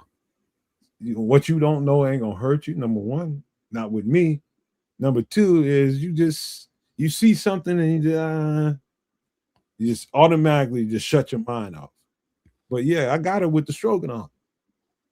Topped it with a little sour cream, her favorite. It was over with. And yeah, you got to Nomad, because you got to expand her horizons. Man, dude, she is so stuck in her ways, man. Holy crap! But one way to do everything. Lamb stew, lamb is also kind of hard to get at times, or expensive. So guess what, people? You can substitute the lamb shank for some regular old beef stew meat. Yes, you can. Yeah. I mean, good old cubes. Shank. You know the difference between a shank and a leg? No. A little bit higher up on that sweet ass. Damn. Yeah.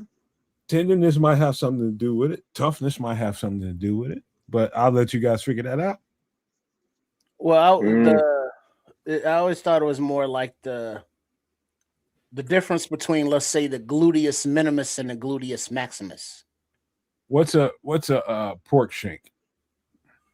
The outer cheek of a pig's ass. What's it's the same thing. It's basically just whatever animal. Yeah, it's same reason. Same reason. One of them's tougher than the other. Takes a little longer to cook. Mm-hmm. You know, but it's just let's say the supply lines and the food of food are different than they were not long ago. So the availability of certain foods at certain price points, you know, are different. So, you know, for people that are like, oh shit, that looks good, but damn, that lamb. Find you some beef, girlfriend, and you go ahead and you dress it up and jazz it up. You won't know the difference. But if you do have access to lamb, you know, it's so tender and it has its own distinct thing. But I think the flavorings of everything coming together, you know, like Kez was talking about the sweetness of the carrots, then the cooking off of the lagerness it just works as a cohesive coming together of ingredients. It's filling, it'll stick to you. We're sorry, Juju. Don't sleep on the Yukon potato, the Yukon Gold in particular, as the specific thing to go in a stew. You got your russets, you got your red potatoes, but the Yukon Gold in a stew just tenderizes better for me quickly and just has a better taste to me. That's just to me and my taste buds, but you know, for you, I don't know, but that's what I prefer in a stew. Mm-hmm. So, all right, man, we got one more thing to do before we get into some record breakdowns, man. I just want. Well, you don't know, Hobbs, if you ain't never had lamb, you don't know how lamb tastes. Oh yeah, you gotta try it once, man. Just get it cooked right. The best thing I can tell you. But one thing we got to do, if you don't know the difference. Lamb can be delicious. You just like it's especially in when it's boiled down, braised, or stewed, because lamb can also be a little bit gamey in certain capacities, man. So when it's boiled down, braised, or stewed, usually takes that gaminess out and makes it real tender and it, that's my 2 cents, man. I will tell you this right now, kids, Nomad, everyone. In the fridge, I got a slab of pork ribs. I will, eat the hell out of a slab of beef ribs. I will just murk a slab of baby backs. Damn. But a rack of lamb, all of those little ribs and those little racks is like you put them on there and then you get a little char on them and they tender on the inside. And then you got the paste on there with the seasonings and it's Parmesan and the greens all chopped up in there and crusted on there. And then you put it in the oven for a little bit. And it's like, you ever had? I don't know that there's an animal that I wouldn't eat their ribs. You ever been somewhere and got some lamb with a pesto sauce on it? That's what. Yeah, the pesto. That's what I'm talking about. It's the chopped up herbs with the little bit of pecca romano and something else in there. But then you put that on there, and then you put in the skillet with some hot butter, and then you fry it on there, and then you put it in the oven, and then it crisps over. And then that pesto it has that crunchiness to it, and that's what enhances the flavor. And all of those bones are so suckable. And yes, I said that, Red Baron. Calm down. Pause. But I mean, you can't eat a rack of ribs and not suck those bones. Yeah. Pause. I ain't sucking no bones. I'll get the meat off of them. Pause. Wow. but a bunch of bone suckers on this podcast tonight. On that note, get ready for this. But yeah.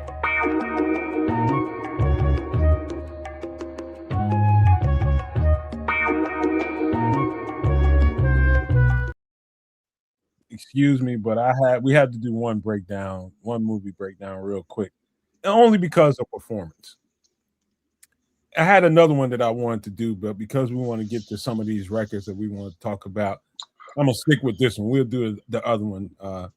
And you talking about one of the better performances you will ever see in your life.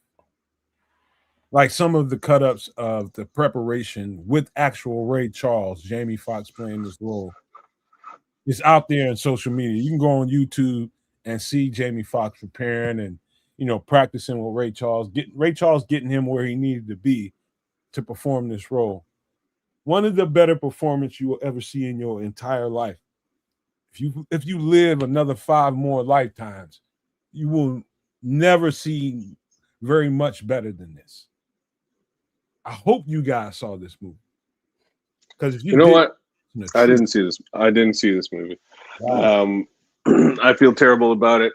But what I can say Jamie Foxx was probably born to play this particular role. He's a very multi-talented individual, and you could see that sort of all coming together during his time in On In Living Color, right? He plays, or even in his stand-up, he'll break out and start playing the piano and start singing, and you know what I mean? He has that great comedic timing. All of those things really make for a very specific character profile that he was able to adjust into for Ray. Not to mention sitting around with Ray Charles and really getting an understanding of who the person was, and then putting that forward. From what I understand, he did a fantastic job. Bro, yeah, it was a good encapsulation of the actual Ray Charles, because Jamie Foxx is a multi-talented kid with the playing of the instruments, the singing, the dancing, the acting, the comedian, comedy, all that. But I like the more insight into Ray Charles, how he figured out if the young lady was worth his time or not, his demons and how he had to deal with them, and how just the industry was for people on stage and doing it, and how the fandom reacted to them wherever they went around the world. And then the creativity aspects of it, from the musical ear of not just playing a piano or a harmonica, but orchestras, and bringing them, into, that whole sound that you're trying to create. And then over the course of his career, of his life, the different sounds that Ray Charles, was a part of or helped create. So it was just a real cool flick from the actual actors and actresses in it to the story of, this iconic performer. I mean, number one, Ray Charles is a true original. You're talking about somebody that, you got artists of all ilks, all different genres, all over the place. And, most of these artists, man, you can't really tell the difference between one and the next. But Ray Charles when you hear Ray Charles.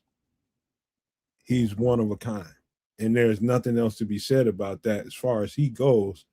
His struggles, the story was more powerful. I ain't going to say more powerful than Jamie's acting, but the story does wrap you into it along with Jamie's acting, because it's so powerful. The combination of the story and his ability to present on screen is second to nothing I've ever seen in my life. There might be one more movie that we could be talking about tonight, but we ain't gonna have time to do it. But I mean, you're talking about extraordinary performances. Extraordinary performances doesn't even explain what I saw on screen with Jamie Foxx in this guy's role. When Ray Charles is absolutely smitten with you and what he thinks you can bring to the screen, Man, you should see some of the cut-ups they got on YouTube with Jamie Foxx and Ray Charles. You should really see it. You can literally see that man, even though he can't see Jamie Foxx, he was absolutely smitten with what Jamie can do playing him. And when you're talking about you're the originator, you're the person being, broken down in this film, and you need somebody to reenact who you are. How much better? I mean, I'm telling you, this was how they didn't give a Oscar to this cat for this tells me a lot about the Academy. Tells me a lot. You can't get a better performance than this. Maybe one other movie that I can think of off the top of my head. But this shit was crazy good. Are you sure he didn't get an Oscar for this? If he did, I don't know about it. I think he was at least nominated. I think he might have won an Oscar for this. Maybe I'm wrong, but nominated and getting it is two different things. Two different things completely. But at the same time, I will be honest. I really haven't watched much of the Oscars since God knows what. It's been like that ain't good. You think Walter Goggins is a good character actor? You ain't seen shit. Well, he is. Jamie Foxx is outstanding. I'm not taking anything away from Jamie. All I'm gonna say is, again, this role he might have been born for. Walton Goggins will slip into anything, man. And I'm just saying, it's different thing. If you've never seen the reruns of In Living Color, that's what that show was all about. Even though it was sketch comedy, it's still character role playing, the entire script. And so slipping into this character, slipping into that character is what Jamie Foxx does. Yeah, that's a fair inference, man. Definitely fair. But yeah, Goggins is some shit though. Like I gotta give the guy some respect. I think Goggins. Let's just say, imagine if you had to make a choice between Walter Goggins and Jim Carrey in Living Color rehearsals, and you got to make a choice of who's the better character actor. Who do you think is going to win that? Well, Jim Carrey's going to win simply because of comedic timing. It's levels to this, bro. Is what I'm trying to tell you. Yeah, and one of the levels is comedic timing. If you're looking to deliver a comedic performance, obviously Jim Carrey for just about mayor. You know what I mean? He'll do whatever you want, including drama. But if you're strictly looking at, if you're strictly looking at drama, I don't think you can go much further than Goggins. Like Goggins is really good, man. Because even if you look at it, what was that with the Truman Show? Jim Carrey. Mm-hmm. That was supposed to be a drama, serious kind of thing. Mm-hmm. But when Jim Carrey does serious drama kind of thing, he looks like he's acting. He looks like he's trying to be serious, whereas Goggins is just kind of, what do you need me to be today? Yeah, because of the way he talks, I think. Well, and then his forced facial expressions, like, look concerned. Until he shows me, I think he's limited. Goggins? Yeah. No. Goggins? I think he's a little limited. Oh, I thought Carrey's limited, but okay. Have you seen him in, and I'm talking Goggins now, did you watch Sons of Anarchy? Yeah. You did? I did. Do you realize who he was in that show? I know, man. I know that. We just talked about that. I'm talking about, just imagine, okay, you've seen Walter Goggins in Sons of Anarchy. You've seen him in the new show he's got out right now. I've seen him in a few different roles. Mm-hmm. Now, that guy is really good. I'm talking about, I mean, seriously good. But I do think there's a level to him and some of these other guys we're talking about. And I don't think he's there yet. I think he's over and above them, to be honest with you. Okay. I'm just saying, I do. Everything that guy's been in, he crushes. I can't really say Yeah, I don't know. Like Jamie Foxx and Jim Carrey have both done very, very interesting things, but with respect to their acting careers. Some of them, I'll give you a better what? character actor than him, somewhere around his age group too. Who? You know the guy that played the asshole that did all the It was me. unalive those kids in the movie. What is it? Where the big old black dude with the magical powers was in jail and got executed for no reason. You're talking the Green Mile? The Green Mile, the asshole that was in that jail cell across from him. That guy right there is, to me, a little bit better character actor than Walter Goggins. Well, before I don't know who that dude is, but I can't place it either. But Walter Goggins, I think, is a actor, a thespian, if you will. Whereas I agree. Jamie Foxx is a entertainer, and Jim Carrey's more of a comedian doing drama. But naturally, Goggins is a character actor kind of guy. Yeah, you're not gonna see, I don't think, Goggins, coming out, starting to play the piano or whatever instruments Jamie Foxx is, or crank out a soul album with 12 cuts on it of him singing, and then go do a comedy tour, and then come back and do a couple of sitcoms and a movie. That's not his thing. But that's also not Jim Carrey's thing. He'll go do a comedy tour and he'll come back and maybe, kind of do a movie, but then it's kind of like, they're all talented, but they're in different categories. I think I have a lot to do. And welcome in Howard Hall. He's really enjoying the show tonight. We appreciate you being here, man. I think it's, don't sleep on the script writers and the people that's writing the story and whatever movie they playing in. Some of these movies are specifically made for certain characters like that to stand out. The script writers, the director to make sure that this guy busts off the screen.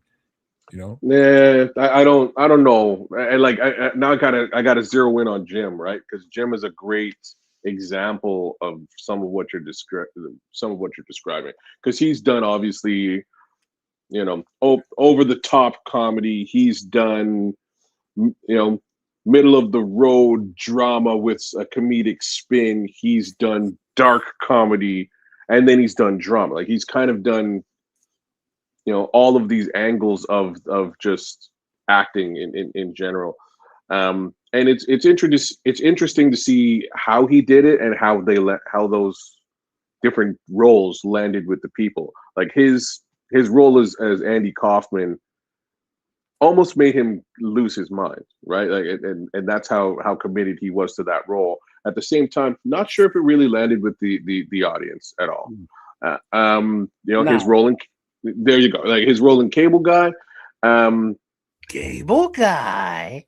Yeah, I don't know if I like out of as big as I'm a relatively, at least at one time I was a pretty big Jim Carrey fan because of In Living Color.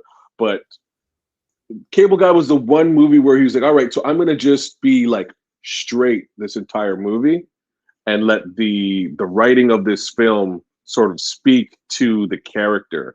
And that was sort of his first real foray into drama for me. Yeah, and but did he pull off Psychotic? Yes. Right, like, so he pulled off Psychotic, but it wasn't funny. And I wasn't sure how to take it because I was so used to him being funny.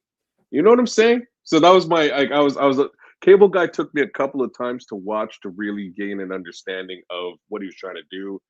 And by maybe the third time of watching it, I was like, okay, like, I get it. This movie's actually super funny. Really, he's crazy, right? So like, it took me a little while to get into it. He played more of the straight guy, but 100% straight in this movie, and it was just different than him because he's so over the top most of the time. Right. And then you look at the other films, obviously the over the top movies that he's done are, they go without saying.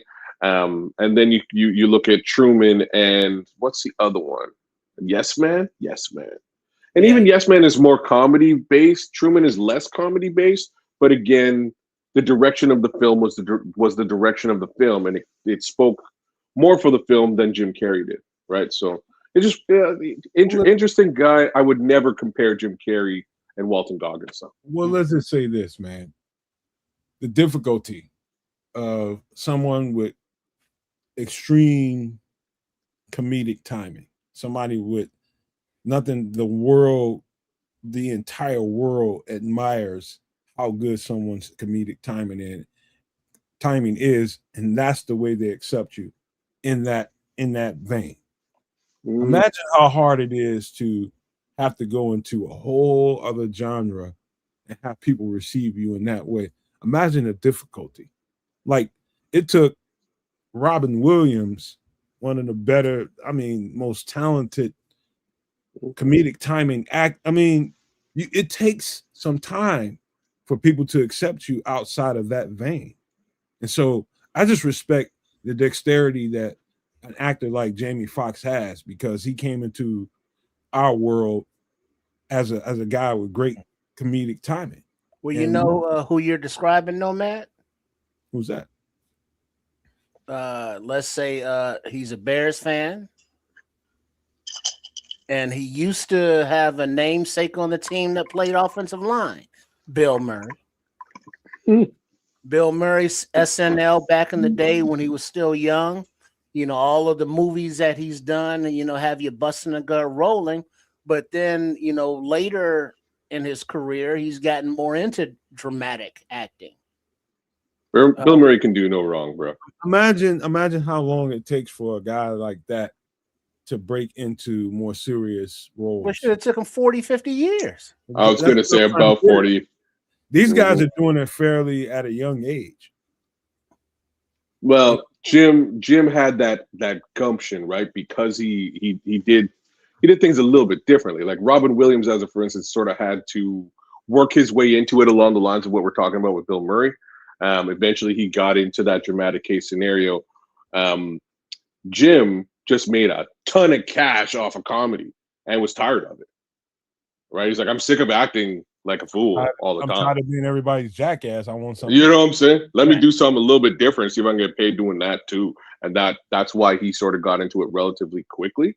And I guess similar things could be said about Jamie Foxx, except Jamie, Jamie hasn't done that many true comedic movies. He's actually been more of a musician / stand-up comic, and then actor. Then actor than actually. I've heard more than one person, and I mean, when I say more than one, I'm talking about 10, 12 people over a span of time. People ask him the question, who's the most talented person in Hollywood? And I've heard his name at least 10 or 12 times. Jamie Foxx? Jamie fucking Foxx. Yeah, no, he's a triple threat, or however many threat that they call him. Yeah, no, I like when I kind of questioned that, I thought about it in the moment, and he can, because he can do it all, right? A lot of folks can really only do the one thing, and that's what they're good at, and that's what they're going to stick to. Jamie can kind of do all of the things, and I bet you he could, he's probably good at basketball too. You know what I mean? just to throw that out there as well. He can do all the things. And Hobbs here, he's always like Steve Carell. Yeah, that's another guy. Came in mostly comedy, but he has dramatic chops. You ever notice? And you guys ever notice that I've heard this being said a long time ago, and you have to challenge it depending on who you're looking at. But they say that the funniest comedians look funny. They're funny looking. Mm. And some of them are funny looking. He has a long ass nose, and they do really, really accentuate his nose. Who? Jamie? No, Steve Carell. Oh, they do that with Steve Carell. The person that comes to mind when you make that particular comment is Gilbert Gottfried. Gilbert Gottfried looks like he sounds. Rest in peace, Gilbert. How are you doing? I love that guy, man. His voice is ridiculous, but his sense of humor is also if y'all ever get the chance, check out the roast of oh man, I had her name in my head, now I'm blanking out. Shit, Gilda Radner, Jane Curtin. I don't know. No, Jewish lady. Jewish lady. Comedian, actress, Talk singer. about the lady with blonde hair, kind of chunky.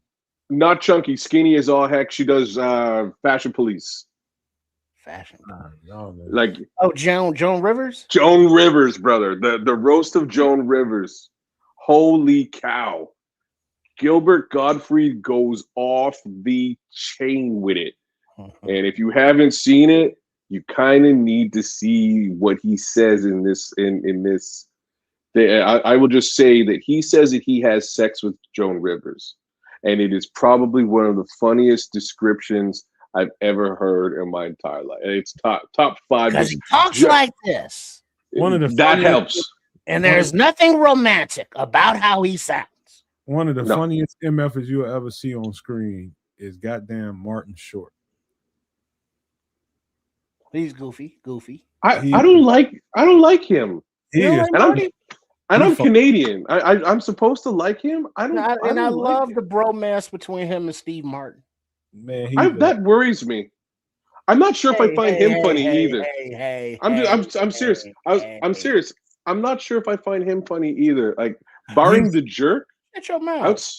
I'm serious. He's got one of the funniest dispositions in different scenes than you'll ever see in your life.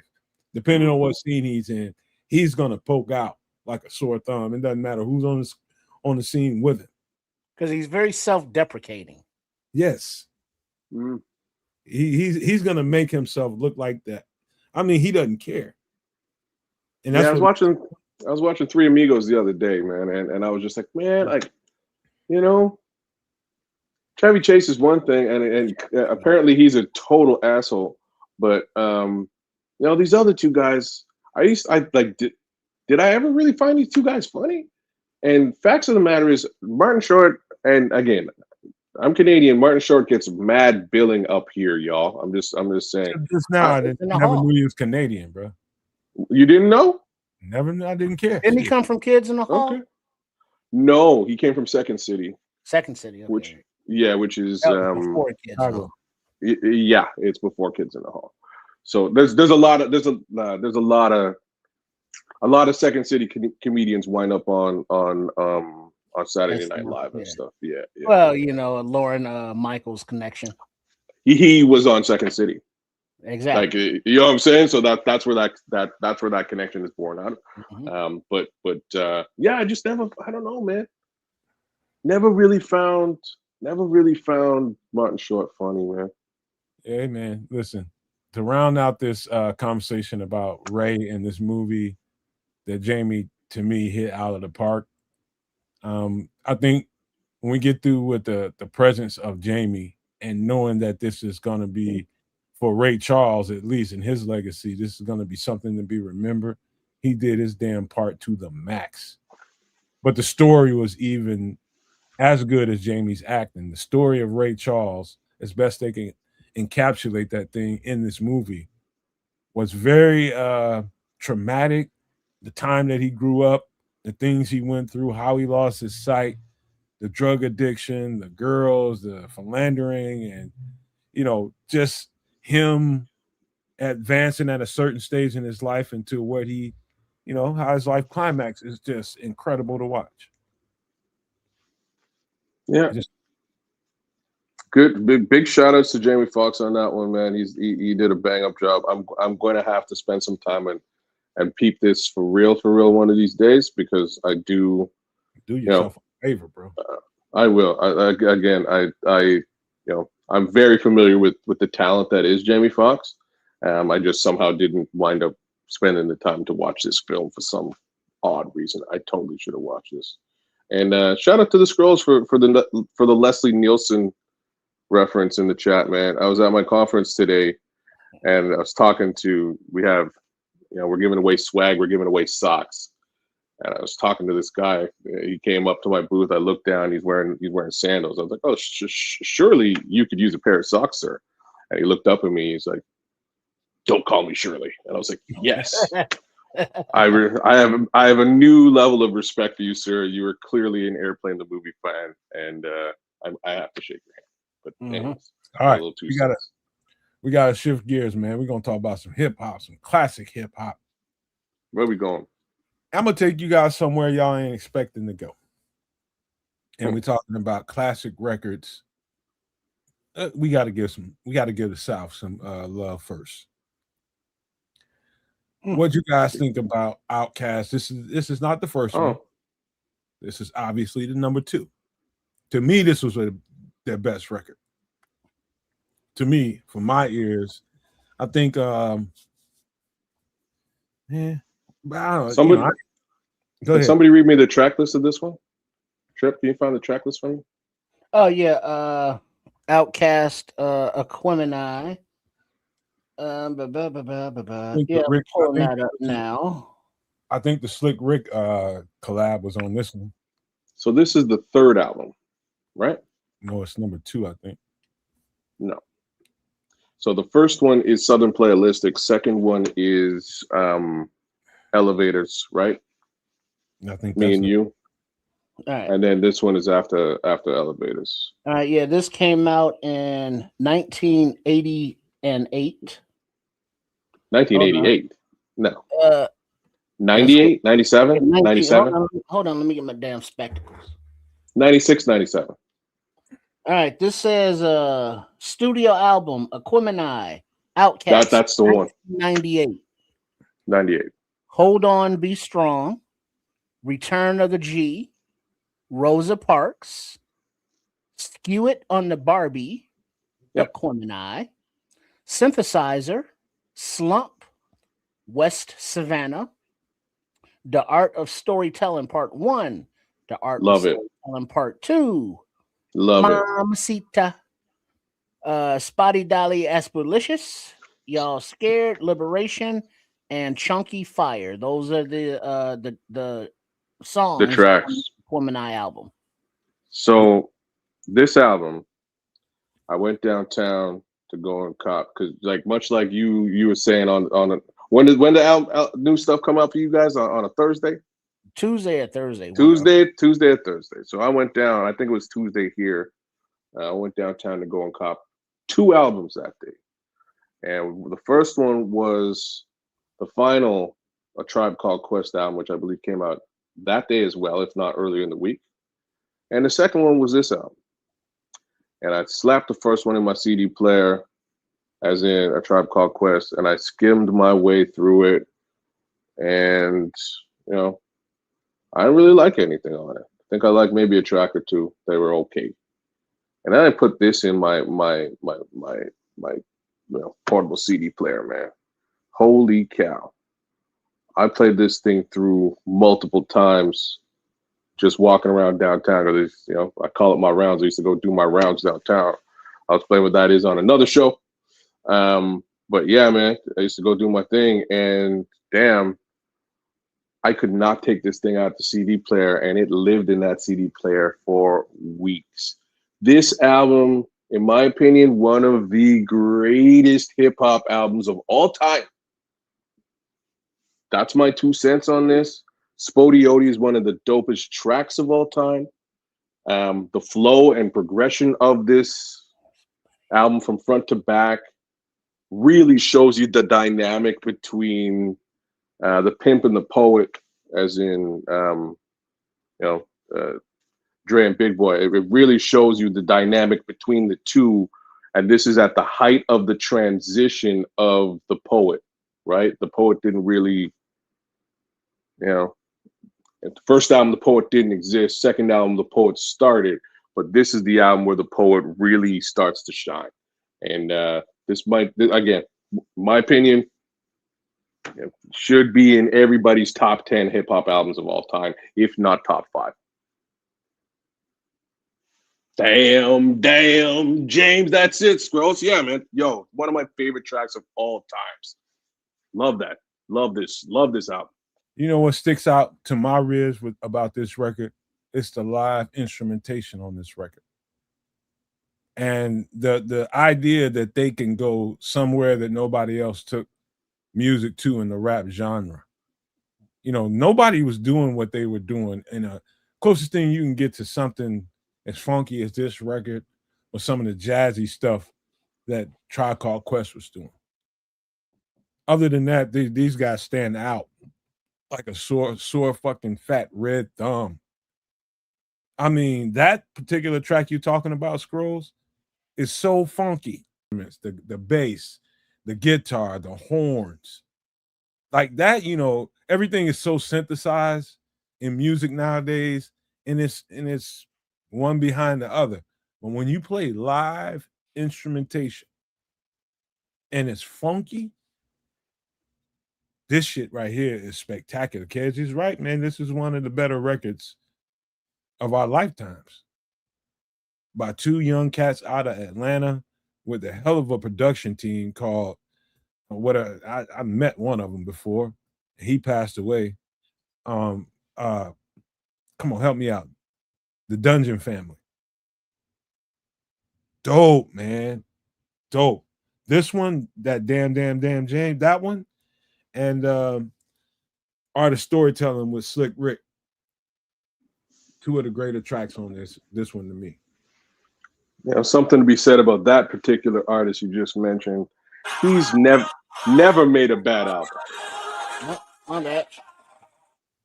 Never made a bad album, Slick Rick. So feel free to grab access to any of his discography, and you'll see what I mean, including the new one that was recently launched. But damn, this album, man, from the beginning to the bitter end, one of my favorite plays through of all time. I'm stuck on that damn. That you should be. It's hypnotic. You should be. And like when I say plays through though, it couldn't be placed at a better time during the playthrough. Right? It's like whoever's setting up the track list was like, yo, I can't put this at the top.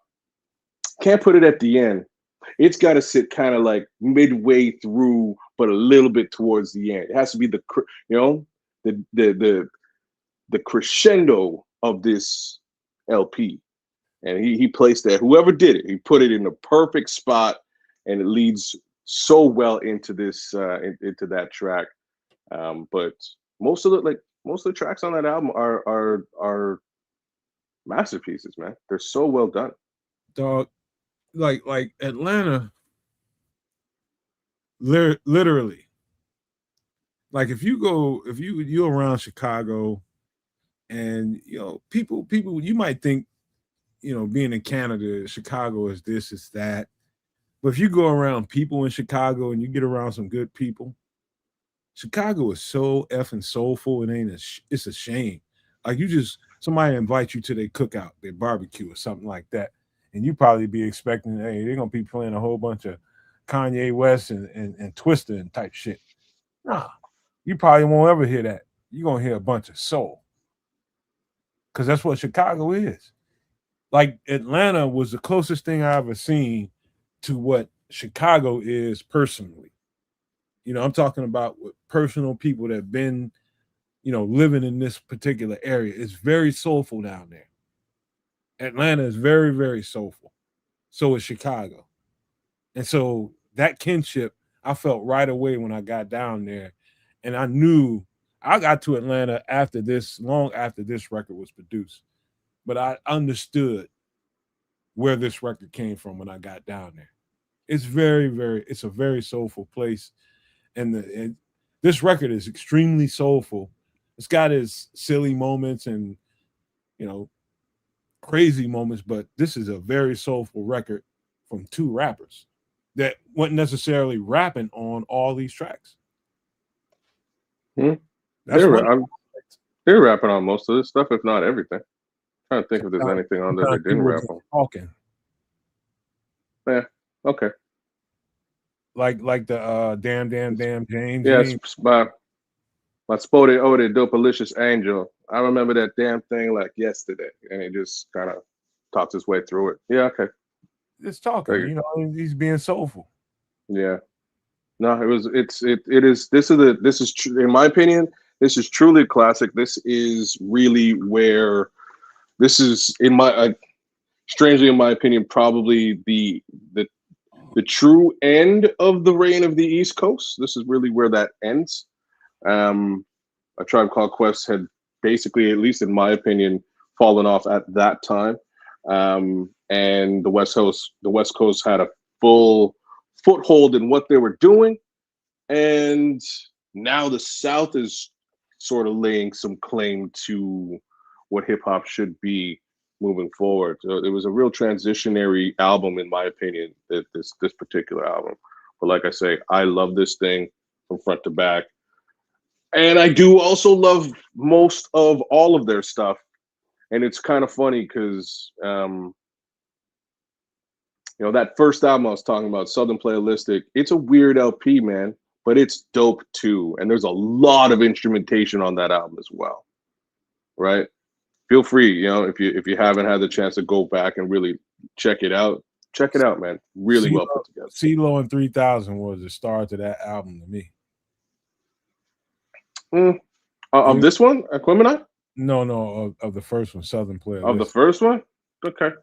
You know, the little story, little side story about Outkast, Dungeon Family, and how all this stuff was born out. And I agree with you. Wait a minute. Where is it at? He said the 3000 verse on the song Aquemini is one of the coldest he's ever. You ain't lying about that. That's when I realized he was a real deal lyricist.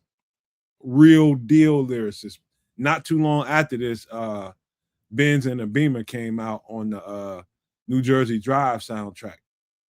That's when he became a beast. Those two records right there you talking about, Aquemini and Benz and a Beamer, cold. But and while you're bullshitting, while Andre 3000, you know, is a dope MC, his acting chops ain't half stepping. Not at all. You thinking about the movie he played in with Mark Wahlberg, ain't you? Mark Wahlberg. Which one was that? They were all foster brothers or something. I think it's called Brothers. I think the movie's called Brothers. It might be. Well, no. It wasn't that role particular. It was one where he was more vulnerable. You know, him trying to play the gangster role. Yeah, that really didn't fly. He wasn't a gangster in that role. Well, in the Brothers, he was. Well, he was the smart brother, but he was still one of their brothers. Yeah, he was the more voice of reason than gangster. Well, yeah, but voice of reason in the gangster world. Yeah, okay, I could take that. Yeah, but you know, he wasn't the emotionally charged or fly off the handle. You know, he was more thoughtful. He was book smart as well as street smart, and he played that role well because, you know, that's kind of his character. You can tell he's a smart kid just from his lyrics, just from his flow, just from the things he rhymes about and talks about, subject matter. Four Brothers. That was Four Brothers. There you go. Four Brothers. Yeah. Okay. And so, and then he was in something else, but he's been in, you know, more dramatic roles even. And he's able to, you know, not look out of place. I'll tell you a dope ass movie that, you know, might flew under the radar, especially with a lot of white people, is Idlewild. Yeah, yeah, that was a good one. Was it good? Very. Yeah, do you never saw that one? I saw bits and pieces of it. I don't really remember. Like, listen, I'm a bit conflicted with this particular artist's decision to delve elsewhere.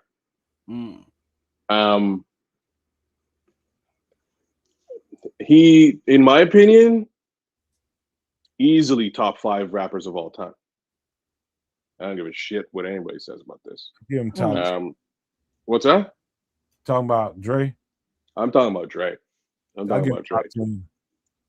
Top 10, fair enough. Like Dre's Dre should be on everybody's list, and if he isn't, you're not paying attention. You know, that much I will say. Even his cameos on other people's stuff over the years are like they're gems, you know, that should be shined up once in a while, and you should sort of go back and listen to. But I really wish that guy did like. Did y'all ever listen to his flute album by chance? I heard probably about 3/4 of it. Okay, I listened to the entire thing. It was different. Yeah, he's stretching the game out. I love it. I love anytime somebody's being creative and trying to stretch the genre for himself. I was just interested that he had the nerve to put that out, and I was willing to listen to it, man. And I understood exactly where he was at. But I did too. So I listened to the entire thing as well, and it kind of has, the way he plays the flute kind of has MC timing to it. It's weird, y'all. Right? It's like when you would be, you know, you'd be dropping. So like when he raps, he raps a lot more in different cadences than he like starting with this album. Maybe even with the album before, but not so much on Southern Play Enlisted. He starts utilizing different rhyme schemes and cadences that you don't see many rappers even attempt to do. And with the flute album, he just took the words out and it became, you know, flute blasts. Yeah, it was his microphone. It was flute blasts into the microphone as opposed to words. And it comes across all right if you're a fan of the flute. You know, if you're an MC or a hip hop fan, you can kind of see what he's trying to do, and it makes sense. It just might not necessarily be your cup of tea. You know what I'm saying? So I listened to it, and I was really like, damn, like somebody needs to lock this brother in a room and like handcuff him to a microphone. You know what I mean? just force this guy to rap for the rest of his life because he's that good. He's trying to tell you by not telling you through the flute that this is where my spirit is. And it's here, it's there, it's over there, it's over there.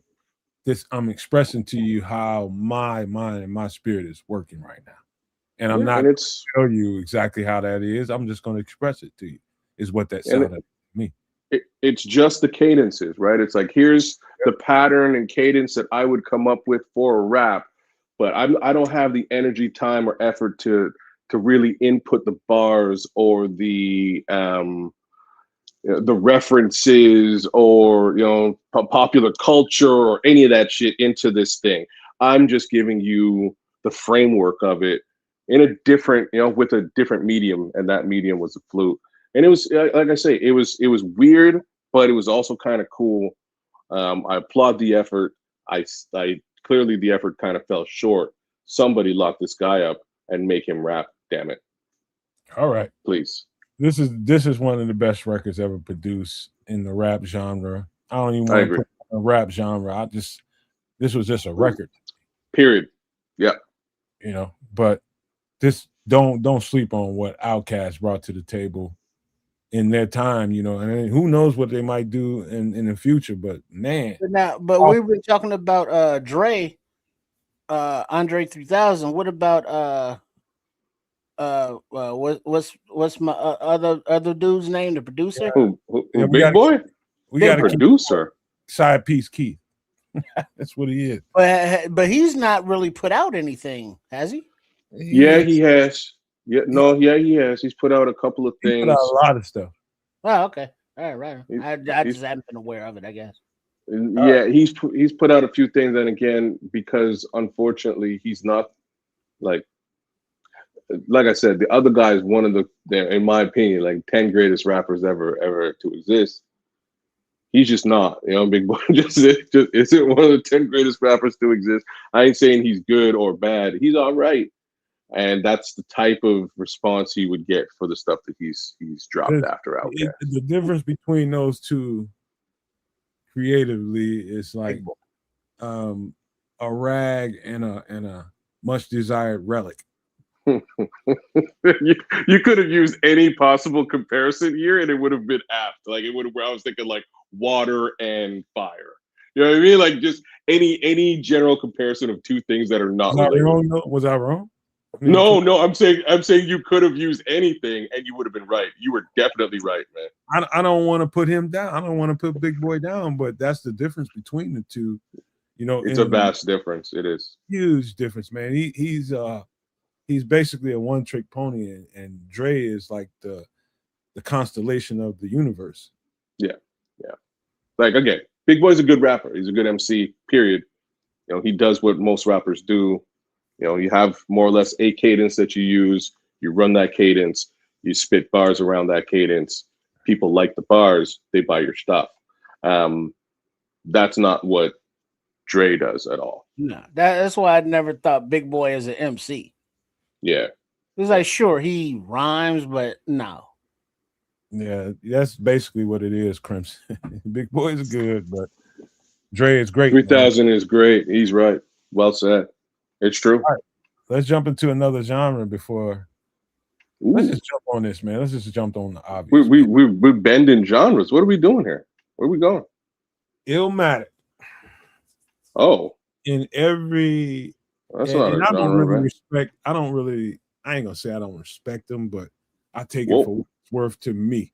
You know what I mean? If it's Rolling Stone, if it's Vibe magazine, old Vibe magazine, or any other magazine or any other platform that's rating what the best rap records of all time are, this guy is going to be in the top 5, top 10 every time with this record, every single time. And you know, this is young Nas, and if you look at the track list and the production on here during the time that this was you know, you talking to some hip-hop historians here on the screen, y'all. I'm talking about No Maniacs and everybody listening to us. Make sure y'all hit the like button, share, and subscribe to all 3 channels, all 3 here on the Nomad Network, Sports Chicago Style, and Kez Canuck. Stop and do that for us. But you're talking to 3 hip-hop historians is what you're dealing with. And so let's lead the conversation from there. The production on this record was elite for that era. Absolutely elite. It was the who's who in the production world, minus Eric Sermon. And I just remember I heard an Eric Sermon take on this, that he basically dissed Nas on this. He was just like, well, who is Nas? He didn't know nothing about him. There was other producers that didn't get in on the production here, but it was a lot of Queens bridge, you know, production, lyrics, everything in this record, man. If you listen to it closely and think about some of the guys that got involved in here, a lot of Queensbridge in here. But man, some of the dopest lyrics I ever heard. Of course, the most famous song off of this record, is lyrically some of the best shit I ever heard in my life. All right, the songs. Tell. All right, Illmatic, studio album by Nas, 1994. The Genesis, New York State of Mind, Life's a Bitch, and Then You Die. Whose world is this? The world is yours. It's mine, it's mine, it's mine. Halftime, Memory Lane, One Love, One Time for Your Mind. Dun, dun, dun, dun. Represent. It Ain't Hard to Tell, the Laid Back remix. Go ahead. Yeah. So remember that thing I was saying about the previous album being one of the best albums of all time? This is also easily in that same category. This album is also a bit of a cheat code with respect to how it became one of the greatest albums of all time. So I'm going to give you like the negative. And it's really easy to understand. In the era that we're talking about in music in general, you know, everybody was dropping a double album, 21, 24 tracks on an album. It was wild and crazy. This album has 10 songs on it. And I think 2 of them are intros. Speaking of intros, that Genesis intro, I've been waiting my entire life for somebody to steal that beat and destroy it. I've been waiting my whole life. It's one of my favorite beats of all time, and it's the drum sample is kind of off. I think it's like, I don't know what it is, but love that beat. But yeah, 10 tracks on this album. You listen to you get in and out of this album in like 45 minutes easy, maybe even less than that. And from front to back, classic. What you find out about young Nas, I think Nas was about 17 years old when he did this. I think he was 16 when he did his previous couple of tracks. He's probably about 17 years old. What you find out about young Nas is that this is the type of kid who would be sitting on the subway in New York, just riding the subway for riding the subway's sake, with a pen and a piece of paper, and just jotting down everything he sees, taking in observation of the city, the way the city moves, the way people in the city move, act, and interact, and blending that into what eventually becomes the rhymes on this LP. He's a very observant individual, this guy, and in that you find, you know, the genius of Nas. Great observation on that alone. Yeah, it's great observation on that alone. Somebody told me that Nas is like a thespian. Yeah, he's. I wouldn't. I see what you're saying. Like he really gets into it, but it's more observation. He sees, he sees things and pulls it in and incorporates it into his rhymes. And some of his rhymes are so descriptive and crazy that you kind of go through this album, you're like, wow, like he really looked at the way that,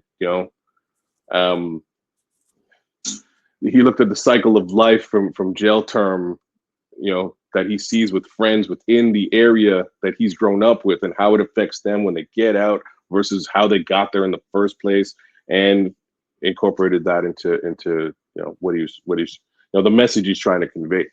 And like I say, a brilliant, from a lyrical perspective, just absolutely a brilliant, compilation of thought.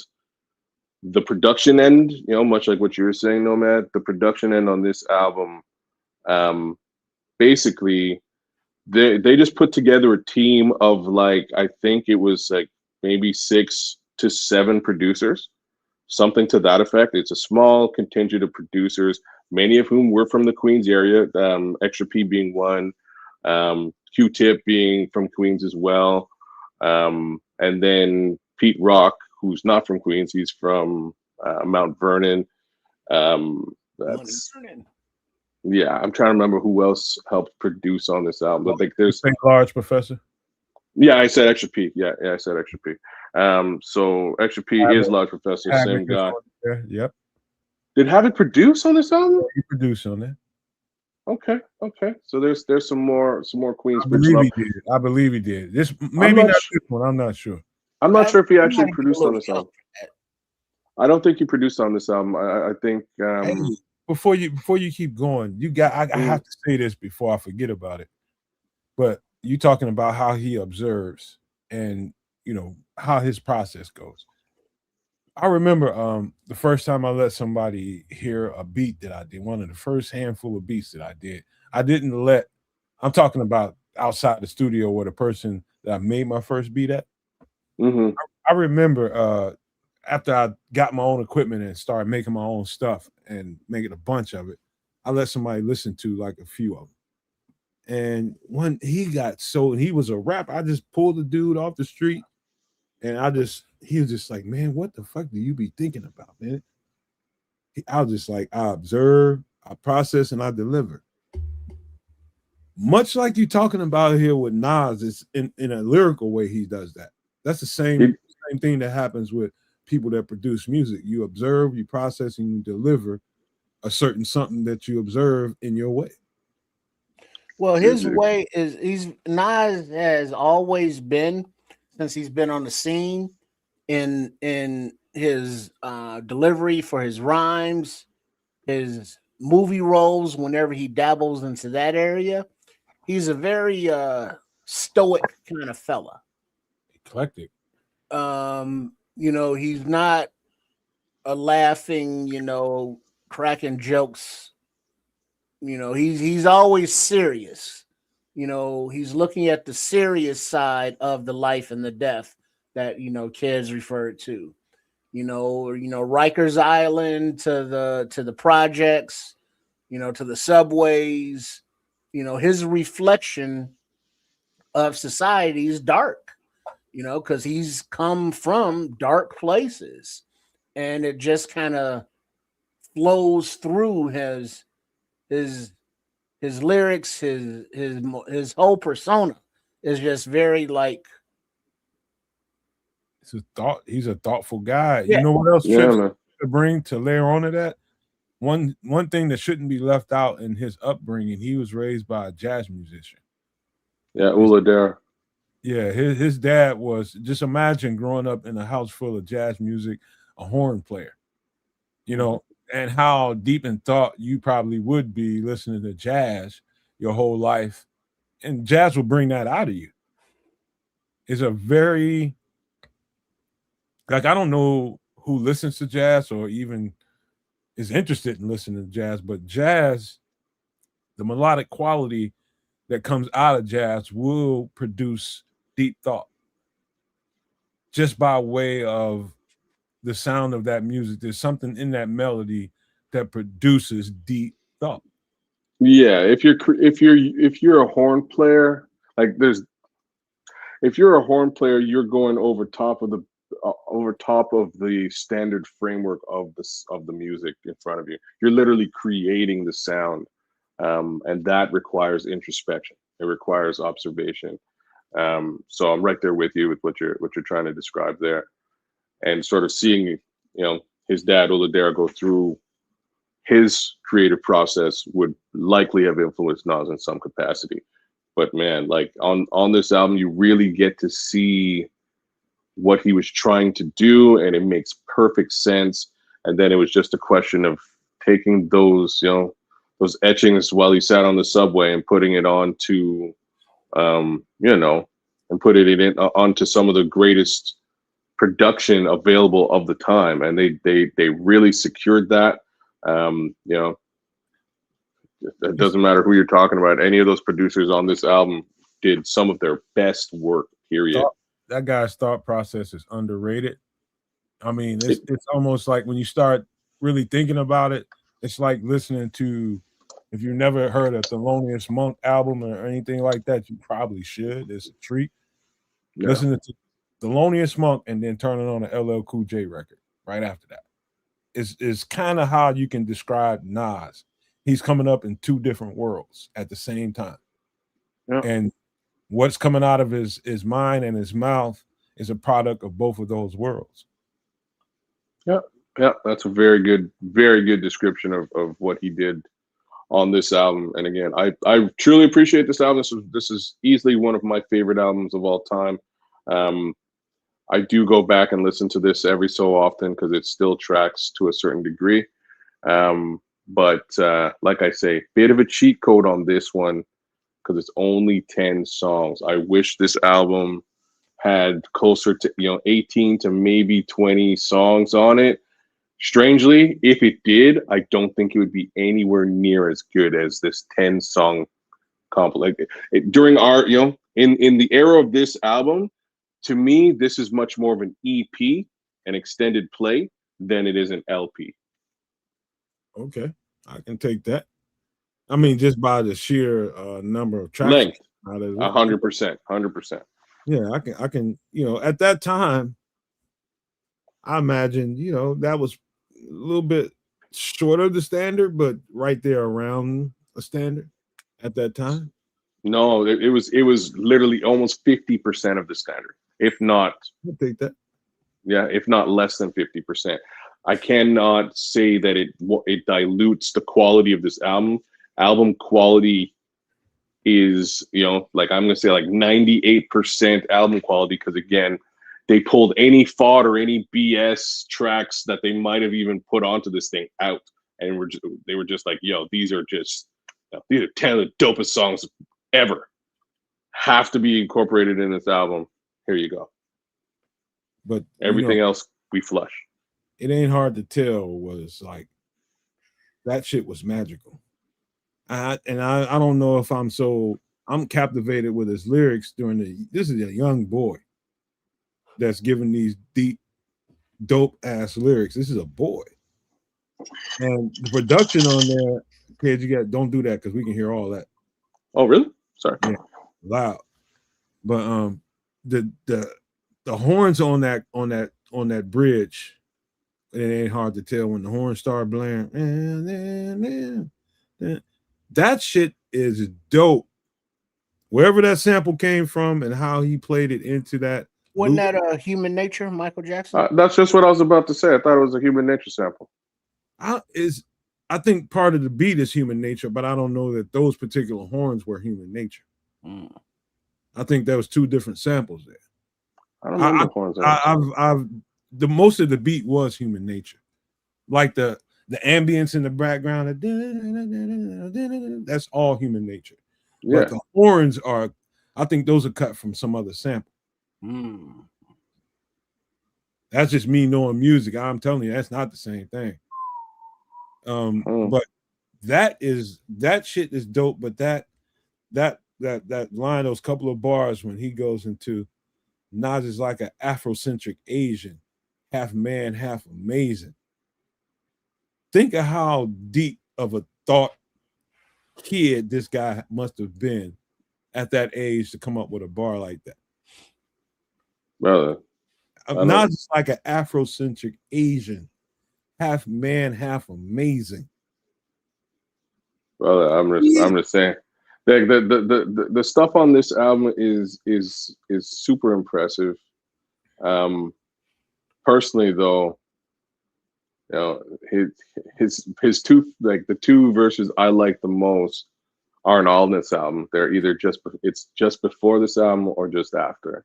So just after this album, it's on Verbal Intercourse on the Purple Tape, Raekwon. That's my favorite hip hop verse, period. The other one, if I really what's that? Was the best all around Nas track in my opinion.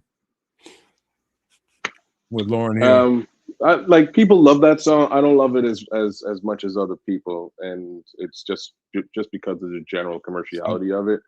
But people love it. Like the Wonder Twins, man, to me. Yeah, I won't take anything away from it. But I actually really like his first verse. So in the chat, King Booker was talking about MC Search and how Search helped get him put on. Search is a bit of a dick for coming out and saying it like that. Yeah, he kind of helped Nas get he helped Nas get a deal as basically as a like low wallet share A&R to become an A&R. All right. That also incorporated putting him on a track on the MC Search album at the height of Nas being hyped up. And Nas was being hyped up because of the verse I'm talking about, which is the verse off of Live at the Barbecue on the Main Source album, which is mainly produced by two Canadians. I'll put that out there, and Extra P, Large Professor. But his verse in Live at the Barbecue is crazy. And it's just a 16-year-old Nas who cares about absolutely nothing but writing the dopest track of the time. And he might have. Like his verse is like, I'm not even gonna repeat the stuff he says in this verse because it's not really what you find from Nas ever again. It's just, you know, Nas filled with testosterone, you know, friggin', you know, just being wild with it, right? Just open-ended and wild. And it is a crazy verse, man. For those of you who haven't heard it, Live at the Barbecue, Main Source. First verse from Nasty. Sleep good. Hey, sleep good, Crimson. Sleep good. Right on, Crimson. Yes, sir. But yeah, we got go ahead, Trick. Yeah, I was about to say I'm trying to remember that verse, and I'm sure I can, but you know, thanks to Howard in the chat, now all I can think of is the 5 Heartbeats because they brought up old Eddie Kane Jr. Yeah. And it's like I can't think of any other song, but nights like this, I wish that raindrops would fall.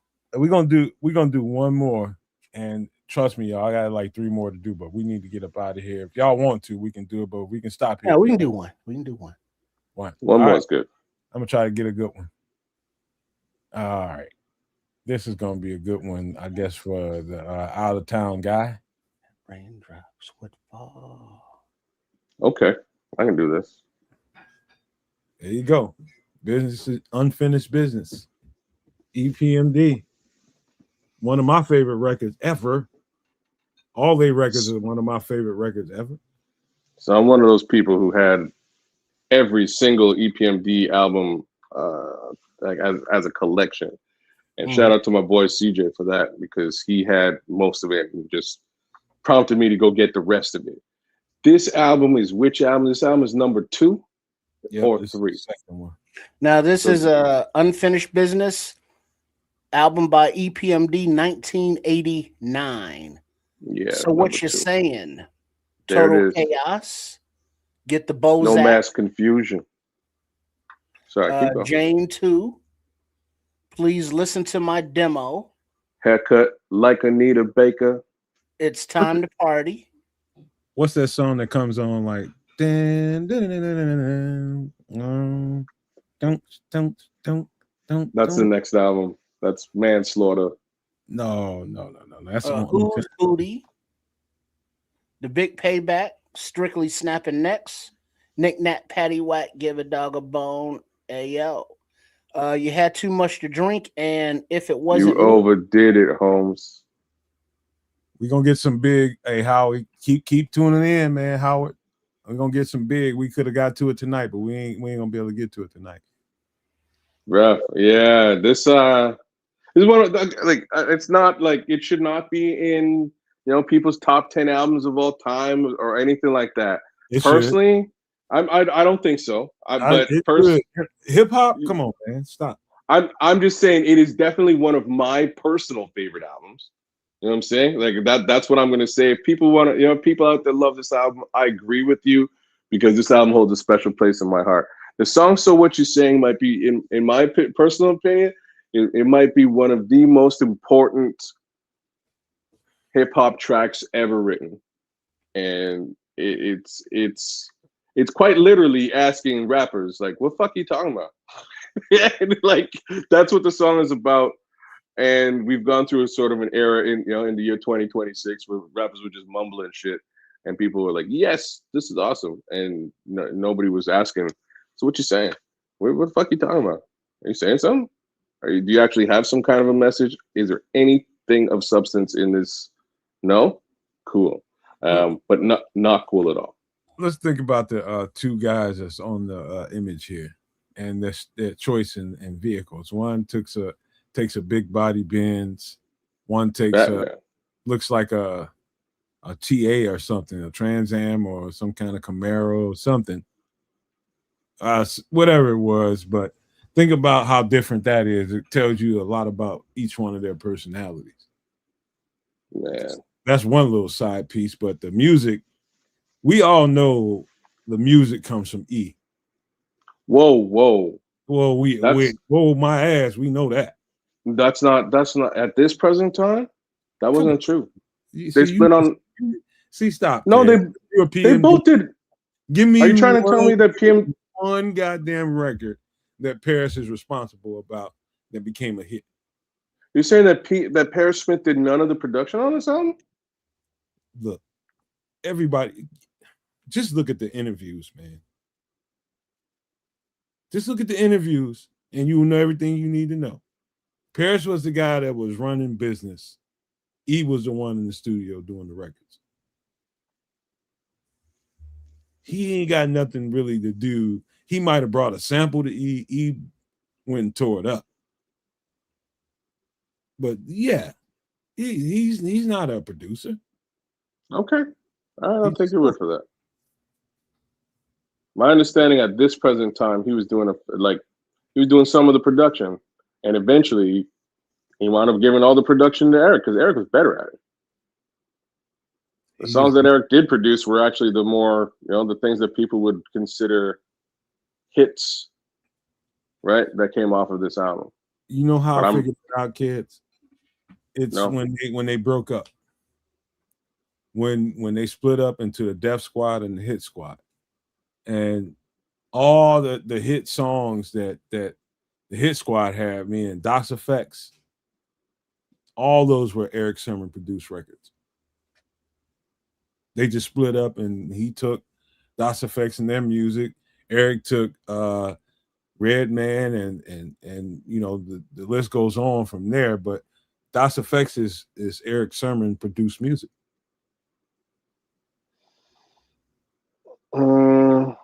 I think you're wrong.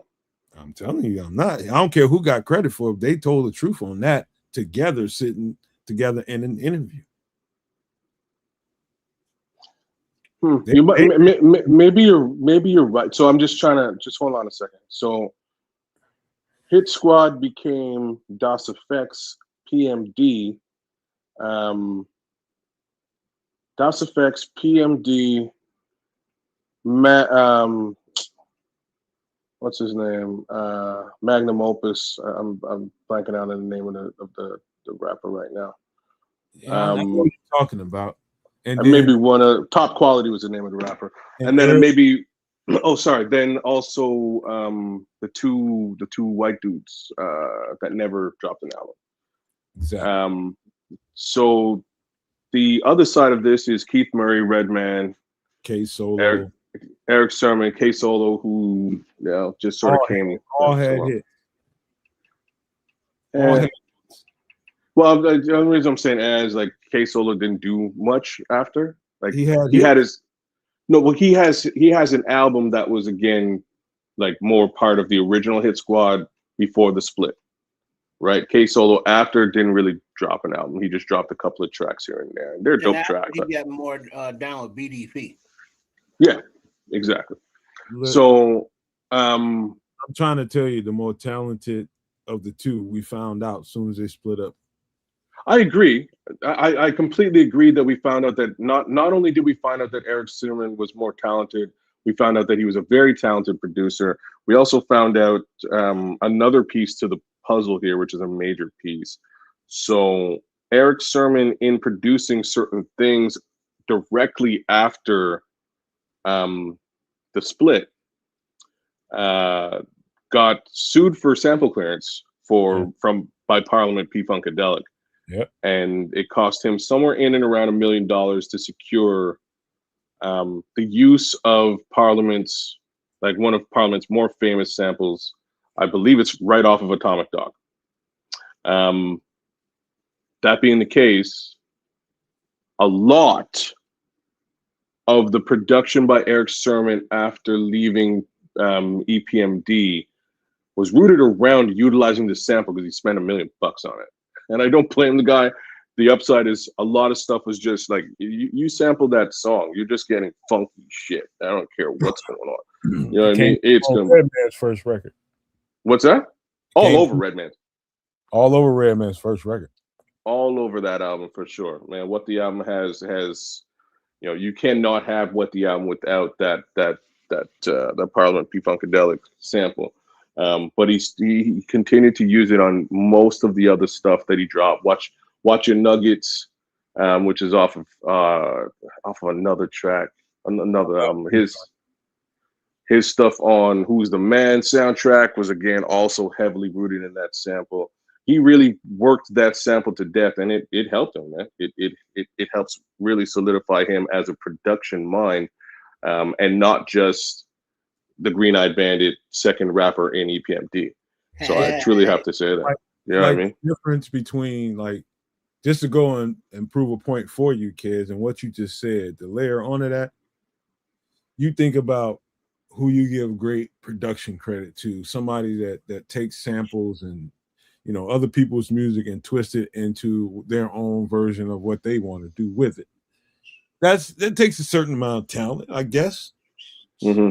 The real talent comes when he just got taken to the bank about all the sampling that you're doing, because the first EPMD record was all sampling, second record was all sampling, Third record, there's a lot of sampling there, but after that, you know, when Eric Sermon did his first solo record, that's when I realized that, oh, okay, this is a lot of him producing every knick-knack, tic-tac in that beat, because he got tired of getting taken to the cleaners about all that sampling. Well, you explaining? No, you're right. Like, you explaining that also explains like the amount of sampling time that a machine would give you during those, like, each one of those years up until that split. So, you know, in 1989, you could probably get about 8 seconds of sample off of a machine. So that's why you're probably not going to get sued, because it's such a small piece of data looped or chopped up and then manipulated that it's harder to discern. Once you get up to, you know, 1993-ish, you can probably do 32 seconds to 64 seconds. Isn't that the TR-808 era? There you go. Right. So now you're getting closer to TR-808. You can do things a little bit longer, and the samples become more recognizable. So now it's like, oh shit, that's my song. I swear that's my song. I'm gonna sue this motherfucker. You know what I mean? That's basically how things progress up until the next 5 years, and you really get like, you can sample an entire song if you want and do whatever you want with it. Right? Just sort of a progression. But he got caught up in it, and he got sued in a major way, and figured, you know what, if I got to pay these royalty checks, I'm gonna get my money out of it. And rightfully so. I mean, they should sue him, and you know that's no. The record companies are supposed to clear that for him. He shouldn't see any ramifications to that, but the record company left it on him. You know what I mean? It's just bad business practices all the way around. If you're going to use somebody's stuff, as soon as you hear the record and find out that it's a sample from this artist and that artist, I just always hated the way that has been going about in the music business, that there's so many people that have had their shit just abused and not received compensation for it, and the structure of the music game just blocks out all these artists that make all this original great music. It sickens me. You know, as much as I love EPMD, you know, whoever that record company is, Sleeping Bag Music, you know, they should have been taking that, you know, right to the chin. Of course. It ended up being Eric Sermon. The way it should have worked is, you produce your album, you submit that to Sleeping Bag. Sleeping Bag vets the album, recognizes what samples are on the album and that might cause and create a lawsuit. You then go to, you know, whoever holds the license for those songs or owns the intellectual property, and you make them an offer. Hey, look, my artists have sampled this song. What would you like for it? And you go right up front. You spend the money, you secure the license, and then you release the album. This comes out of the overall take that the album makes, and Eric Sermon is off to the races doing his thing. It's not like a personal lawsuit for $1 million that he has to pay out. Mind you, people are greedy. Hey, kid, you know probably the most used sample in the history of hip hop music. It's probably a song called "Think" by Lynn Collins. You better think. Don't think. Yeah, probably far and away, and you probably got some funkadelic stuff in there. I was just gonna say, I think Atomic Dog is a close second. It's probably right up in there. Maybe some Roger Troutman stuff in there. But I guarantee you, just to show you the nastiness and the filth of the music industry, I guarantee you she really sees none of those residuals if she's still alive. A, she's not alive. B, if it goes to her family, it's been renegotiated at for pennies on the dollar, and somebody is sitting somewhere raking in all the dough every time that thing is actually played. Mm-hmm. So that's crazy, man. Master. Yeah. That's the very first record, and pretty much the only one to say. I say two that I've ever been tempted to sample. I still haven't sampled. Really? stuff. Nah, I don't mess around, man. I was just like, I wouldn't even, because it's so recognizable under normal pretenses. It's personal to me. It's personal to me. It's not about what I want. It's about, okay, if I use it, who's going to get the money for it? In other words, so if I use it, who's going to benefit? I ain't giving you money. No, I know I can tear that fucking sample up, but it's going to pay somebody else outside of the people that deserve to be paid. That's it. Tricky industry with respect to all of that. But back to the album itself, I think like Please Listen to, they just did an updated video for Please Listen to My Demo very recently, so by all means go check that out. It's actually kind of cool. Anime video? No, it's not anime. It's just updated. It's Eric and Parrish. Anime version of it out there too. Really? Okay. Maybe I don't think there was any anime in the one I saw, but there's a cool updated one. I just saw it the other day. Love that song as well. Love the sample in that song. It's one of the most classic hip hop samples. But again, this album from front to back is in my opinion a hip hop classic. I used to bang this album out all the time. And it goes right down the line with the rest of their albums. I'm a huge EPMD fan. To this day, truly am. Love Eric Sermon and all his stuff, and at the same time, Parrish Smith. Not to take anything away from Parrish, man. Batman gets mad respect to me. PMD gets mad respect from me because the slow flow, man, is underrated, is all I really have to say about it. He's saying exactly what he needs to say without any level of additional haste, and he's putting it down the right way, man, every time. And then something else about this album cover that you wouldn't realize unless you were there, but it's like the Jordans, the Chevy IROC Z, Camaro. Back in the day, the fisherman hats, and the fisherman's hats, that was their thing. Identity. That was the flavor. That was the drip. That's what it was. Is he wearing a bat utility belt on this cover? Where's Peter? Oh, you can't see it. You can't see it because he's wearing the baggy gear. The Zumbas. The bodybuilding pants and like the baggy stuff. Yeah. The 4-finger rings. This is a timepiece just looking at this cover, but at the same time, like he used to rock a bat utility belt and it was like his thing. He used to call himself Batman. Yeah. I got so much more respect for Eric Sermon when I start thinking about the simple things. Before he even ever donned a microphone, when he was just in the studio making beats and doing the kind of things that's getting him attention, whatever he was doing, it takes a whole lot of nerve in the height of when hip hop is kind of starting to generate some momentum. He gets on the mic with a lisp. And you know what? I know a lot of rappers. I know a lot of rappers who rap with a lisp. More dope, kids. It made his delivery sound even more dope. I fully agree. I know a lot of rappers who rap with a lisp, and it initially. Now, but I bet you never heard of one before this. Well, not before Eric. There's Marky.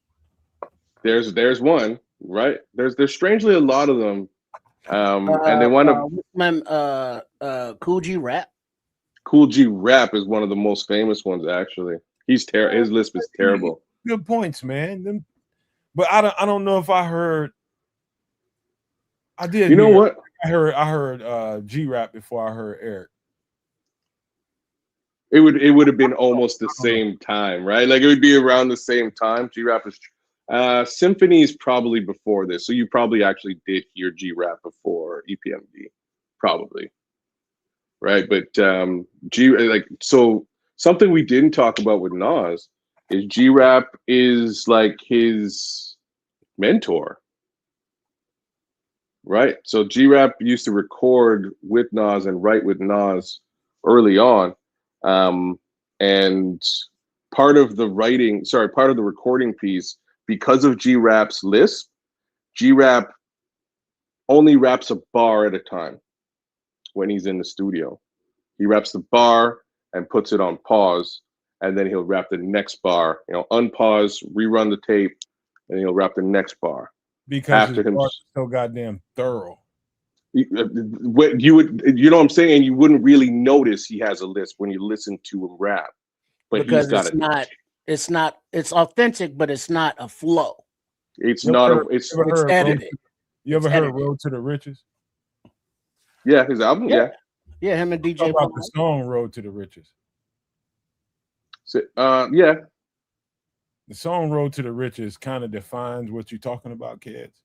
Yeah, that delivery style when he's recording, because there's no way he just kept on rapid firing that with his, or even any. There's so many examples, right? Like any of the stuff that he did. Talk like sex, you can hear it. Thank you. That's where I'm going. Or the stuff he did with Cunning Linguist, or even Fast Life with Nas. None of these tracks he could really just do one time, right? Like he's doing like a Big Daddy Kane. No, he's doing a bar at a time, putting it on pause, rewind, edit, cut, replay it up until when, and then I'm coming over top with the next two, the next bar, maybe next 2 bars, pause. We're gonna do the next 2 bars, and it's a bit of a process, but it works, and that's how Nasty Nas originally learned how to record his music. Little. But then if you listen to G-Rap in any kind of concert or live performance, you can't miss the lisp. No, it's ever present. It's huge. If you really listen to G-Rap's lines, every line is a punchline. Yeah, and some of them are, brother. Some of them are some of the best punchlines in rap, bro. Like to this day, he has not lost a step at all. No, he's one of the dopest lyricists of our time. Period. Yeah, he is. What era either? No, I fully agree with this statement. Talk like sex. It's bad. It's a bad boy, man. Get your ass like a guy. The G-Rap is like one of your favorite rapper's favorite rapper. He should be, right? Like if you're paying attention, he should be your favorite rapper's favorite rapper. He's definitely up there on the list for me. Just a crazy influence, but he gets raw though. He gets raw with it, man. Yeah, so there's a certain amount of attitude that came with that too, because over the years, all these other guys, you had Master H, you had Kane, you had Biz, and all these guys from that Juice crew that got all this, recognition. And he's the guy, that didn't get really any of it other than he had a couple of joints here and there, but that makes a dope lyricist even hungrier.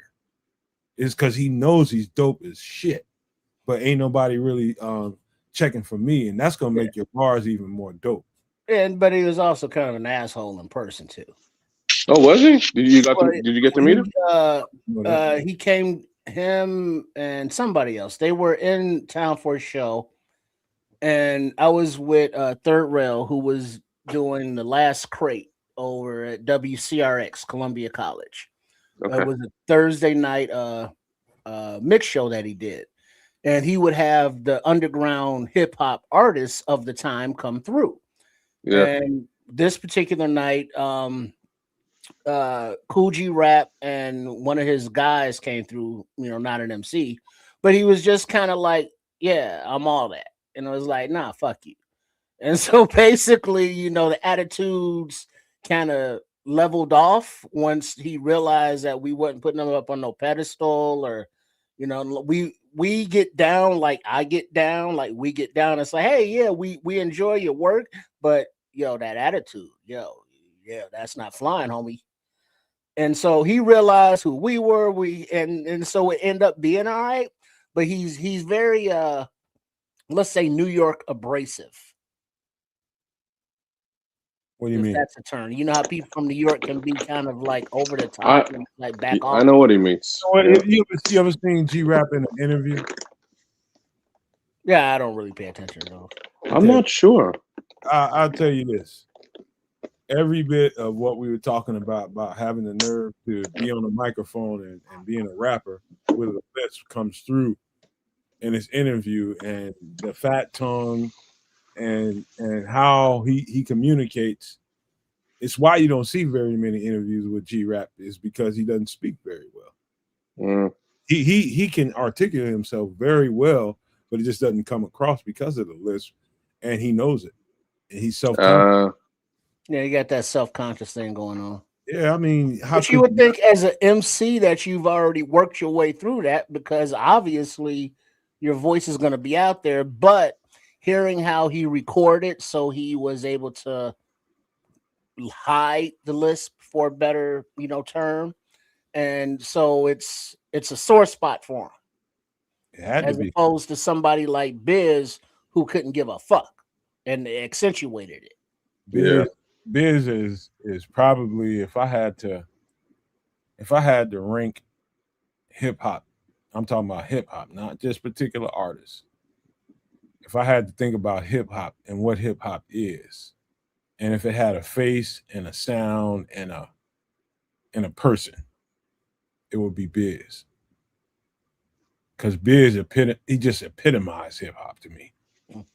I mean, even as goofy as wasn't a lyrical guy at all, but I mean, but him and his presentation and how he went about hip hop is what hip hop should be to me. I mean, he is the epitome of hip hop to me. Biz Markie, that face, his image, the big dookie ropes, the loud chains, the big hats, and that is hip hop to me. Because he was hardcore when he needed to be with give me some hardcore a Biz line or song, kids. I don't know any hardcore Biz lines, man. Okay, I gotta be vulnerable. For real about that. Biz is dope, man. He's got some. He's not. I don't mean hardcore like gangster. I mean hardcore like he's from the hood. He knows how the streets are, but he's kind of like, hey, it's whatever because we going to the mall, and he's partying, man. It's not hardcore, but it's Albee Square Mall. He's kind of in love, but he's vulnerable because she's only just a friend. He's serious, but he's self-deprecating. I got very self-deprecating. Yeah. I gotta doo up. I gotta doo. You know what I'm saying? It's not. It's not hardcore. Side, he had his vulnerable side. He had his fun side. He had his self-deprecating side, and that was all hip hop. That's an embodiment of what it is. It's not just one motif or one thing, but Biz had all of those kind of things in one embodiment of an MC, and he was just fun. And that's he was fun. He was having fun. Here's a couple of bars for you that explain who Biz is, and I'm talking about his delivery was so unique and how he presented. It's a line. I think it's Go Bismarck. It goes, ha, ha, ha, ha, ha. Check out this bizarre rapper style used by me, the BIZMARKL with the EN. You will be agreeing. Just spelling came from Biz in a rap. That's where, K-Solo. All his shit was shit. He was original. Absolutely. At the time, for sure. Nobody else had done it like nobody else really did it like Biz did it. That's why he said it. He started off the line with ha ha ha ha ha. Check out this bizarre rapping style used by me, the BIZMARKL with the EN. It's just the dopest shit ever to me. Just that right there is the dopest shit ever. I'm like, you bad. And the beat hitting at the same time. Yeah. Go off. Right. That was a nice album, nice conversation right there. PMD, Unfinished Business, leading into a little G-Rap, leading into some more Biz. You know what I'm saying? Hip hop. That's what it's all about. Real hip hop, man. When hip hop was just absolutely, it was let's just say innocent. It's the best way I can describe what it was versus what it is now. The innocence, it was just all bars, beats, and little competition came in there when competition came with MC Shan and KRS-One and the bridge is over, all that kind of stuff. But it was honest to goodness, battling on a microphone. That's it. Right on. And shout out Howard, who's been hanging out, Howard Hall, loving the hip hop conversation. And once again, nights like this, I wish that raindrops would fall. Bumped out of my head for MC8 Gia. The Minister Society from that soundtrack. Growing up in the hood. Hey, give me my joint, fool. One of the next few breakdowns we do about records.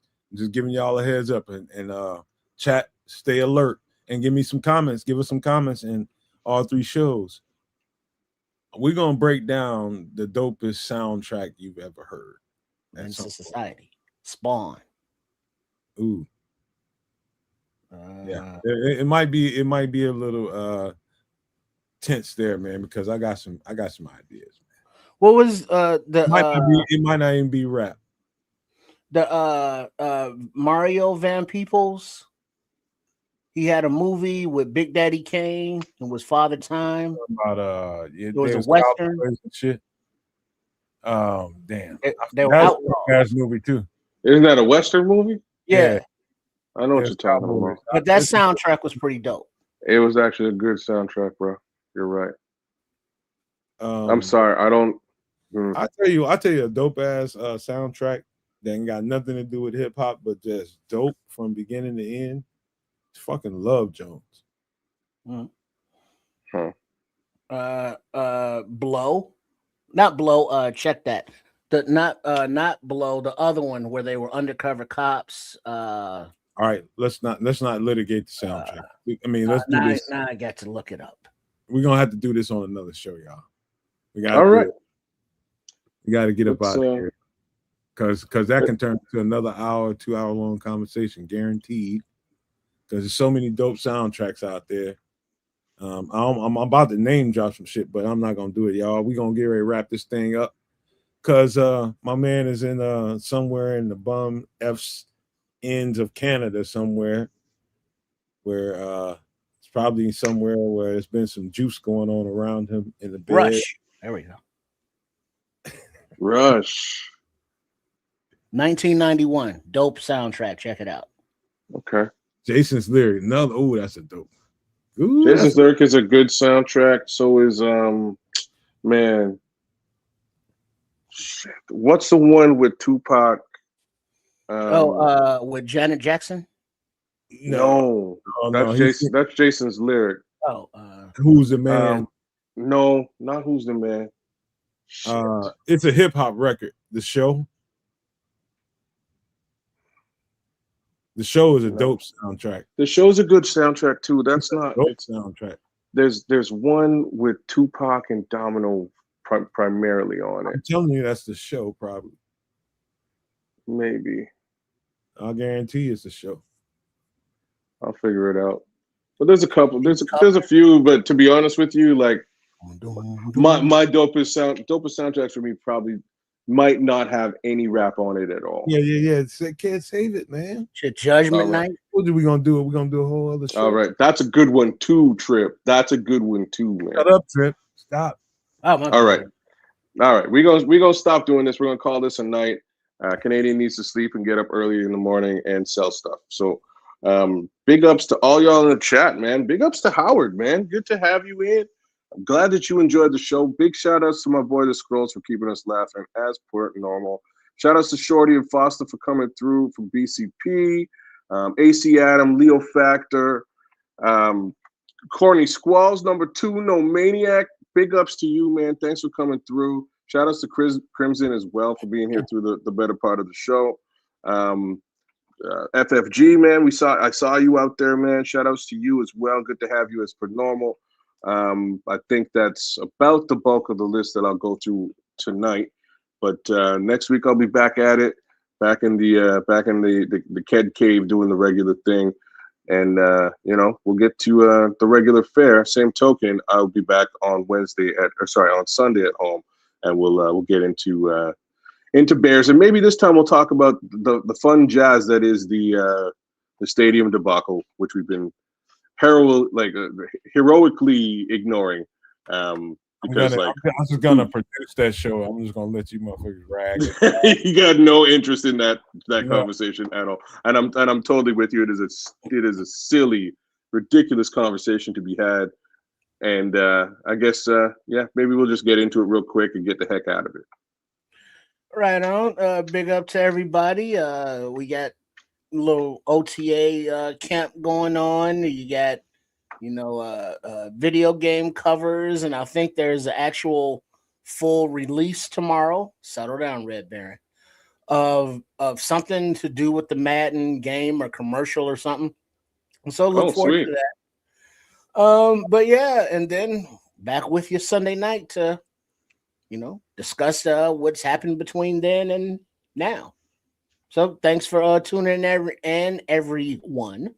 But make sure you are subscribed to all 3 channels for all 3 of the creators that are with y'all Sunday and Wednesdays at the Nomad Network, Kids of Canuck, and Triple RSCS Sports Chicago Style. Hey man, this was a fun show from beginning to end for me. It was a relaxing show. Not only because I didn't have to put some of the extra work into doing some of the other segments, but just because I needed a night like this to just relax, man. The stuff that I've been up to, I just needed some good time to just kick it about some cool shit to talk about without any of the extra drama.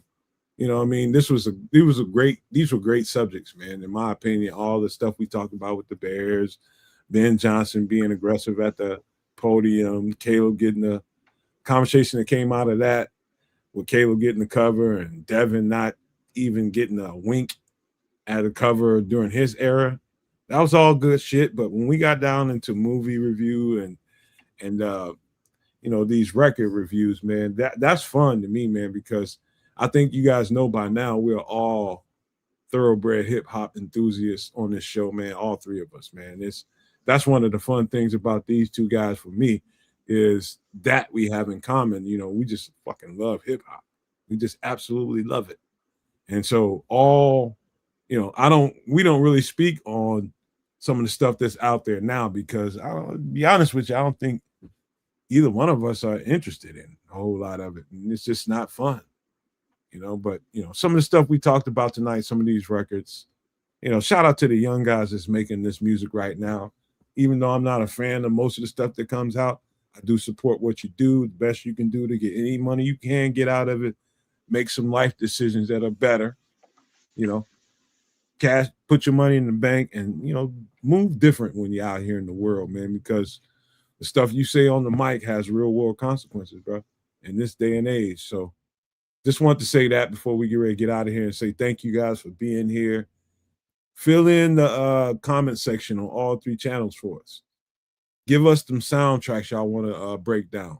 I'll give us a handful of them to really rate, and we'll shake it up and see which one we think is the best, and break them on down like that. But that should be a fun conversation because that's one of the music genres or record genres that doesn't get discussed a whole lot. Is where are the best soundtracks? And they don't all have to be hip hop.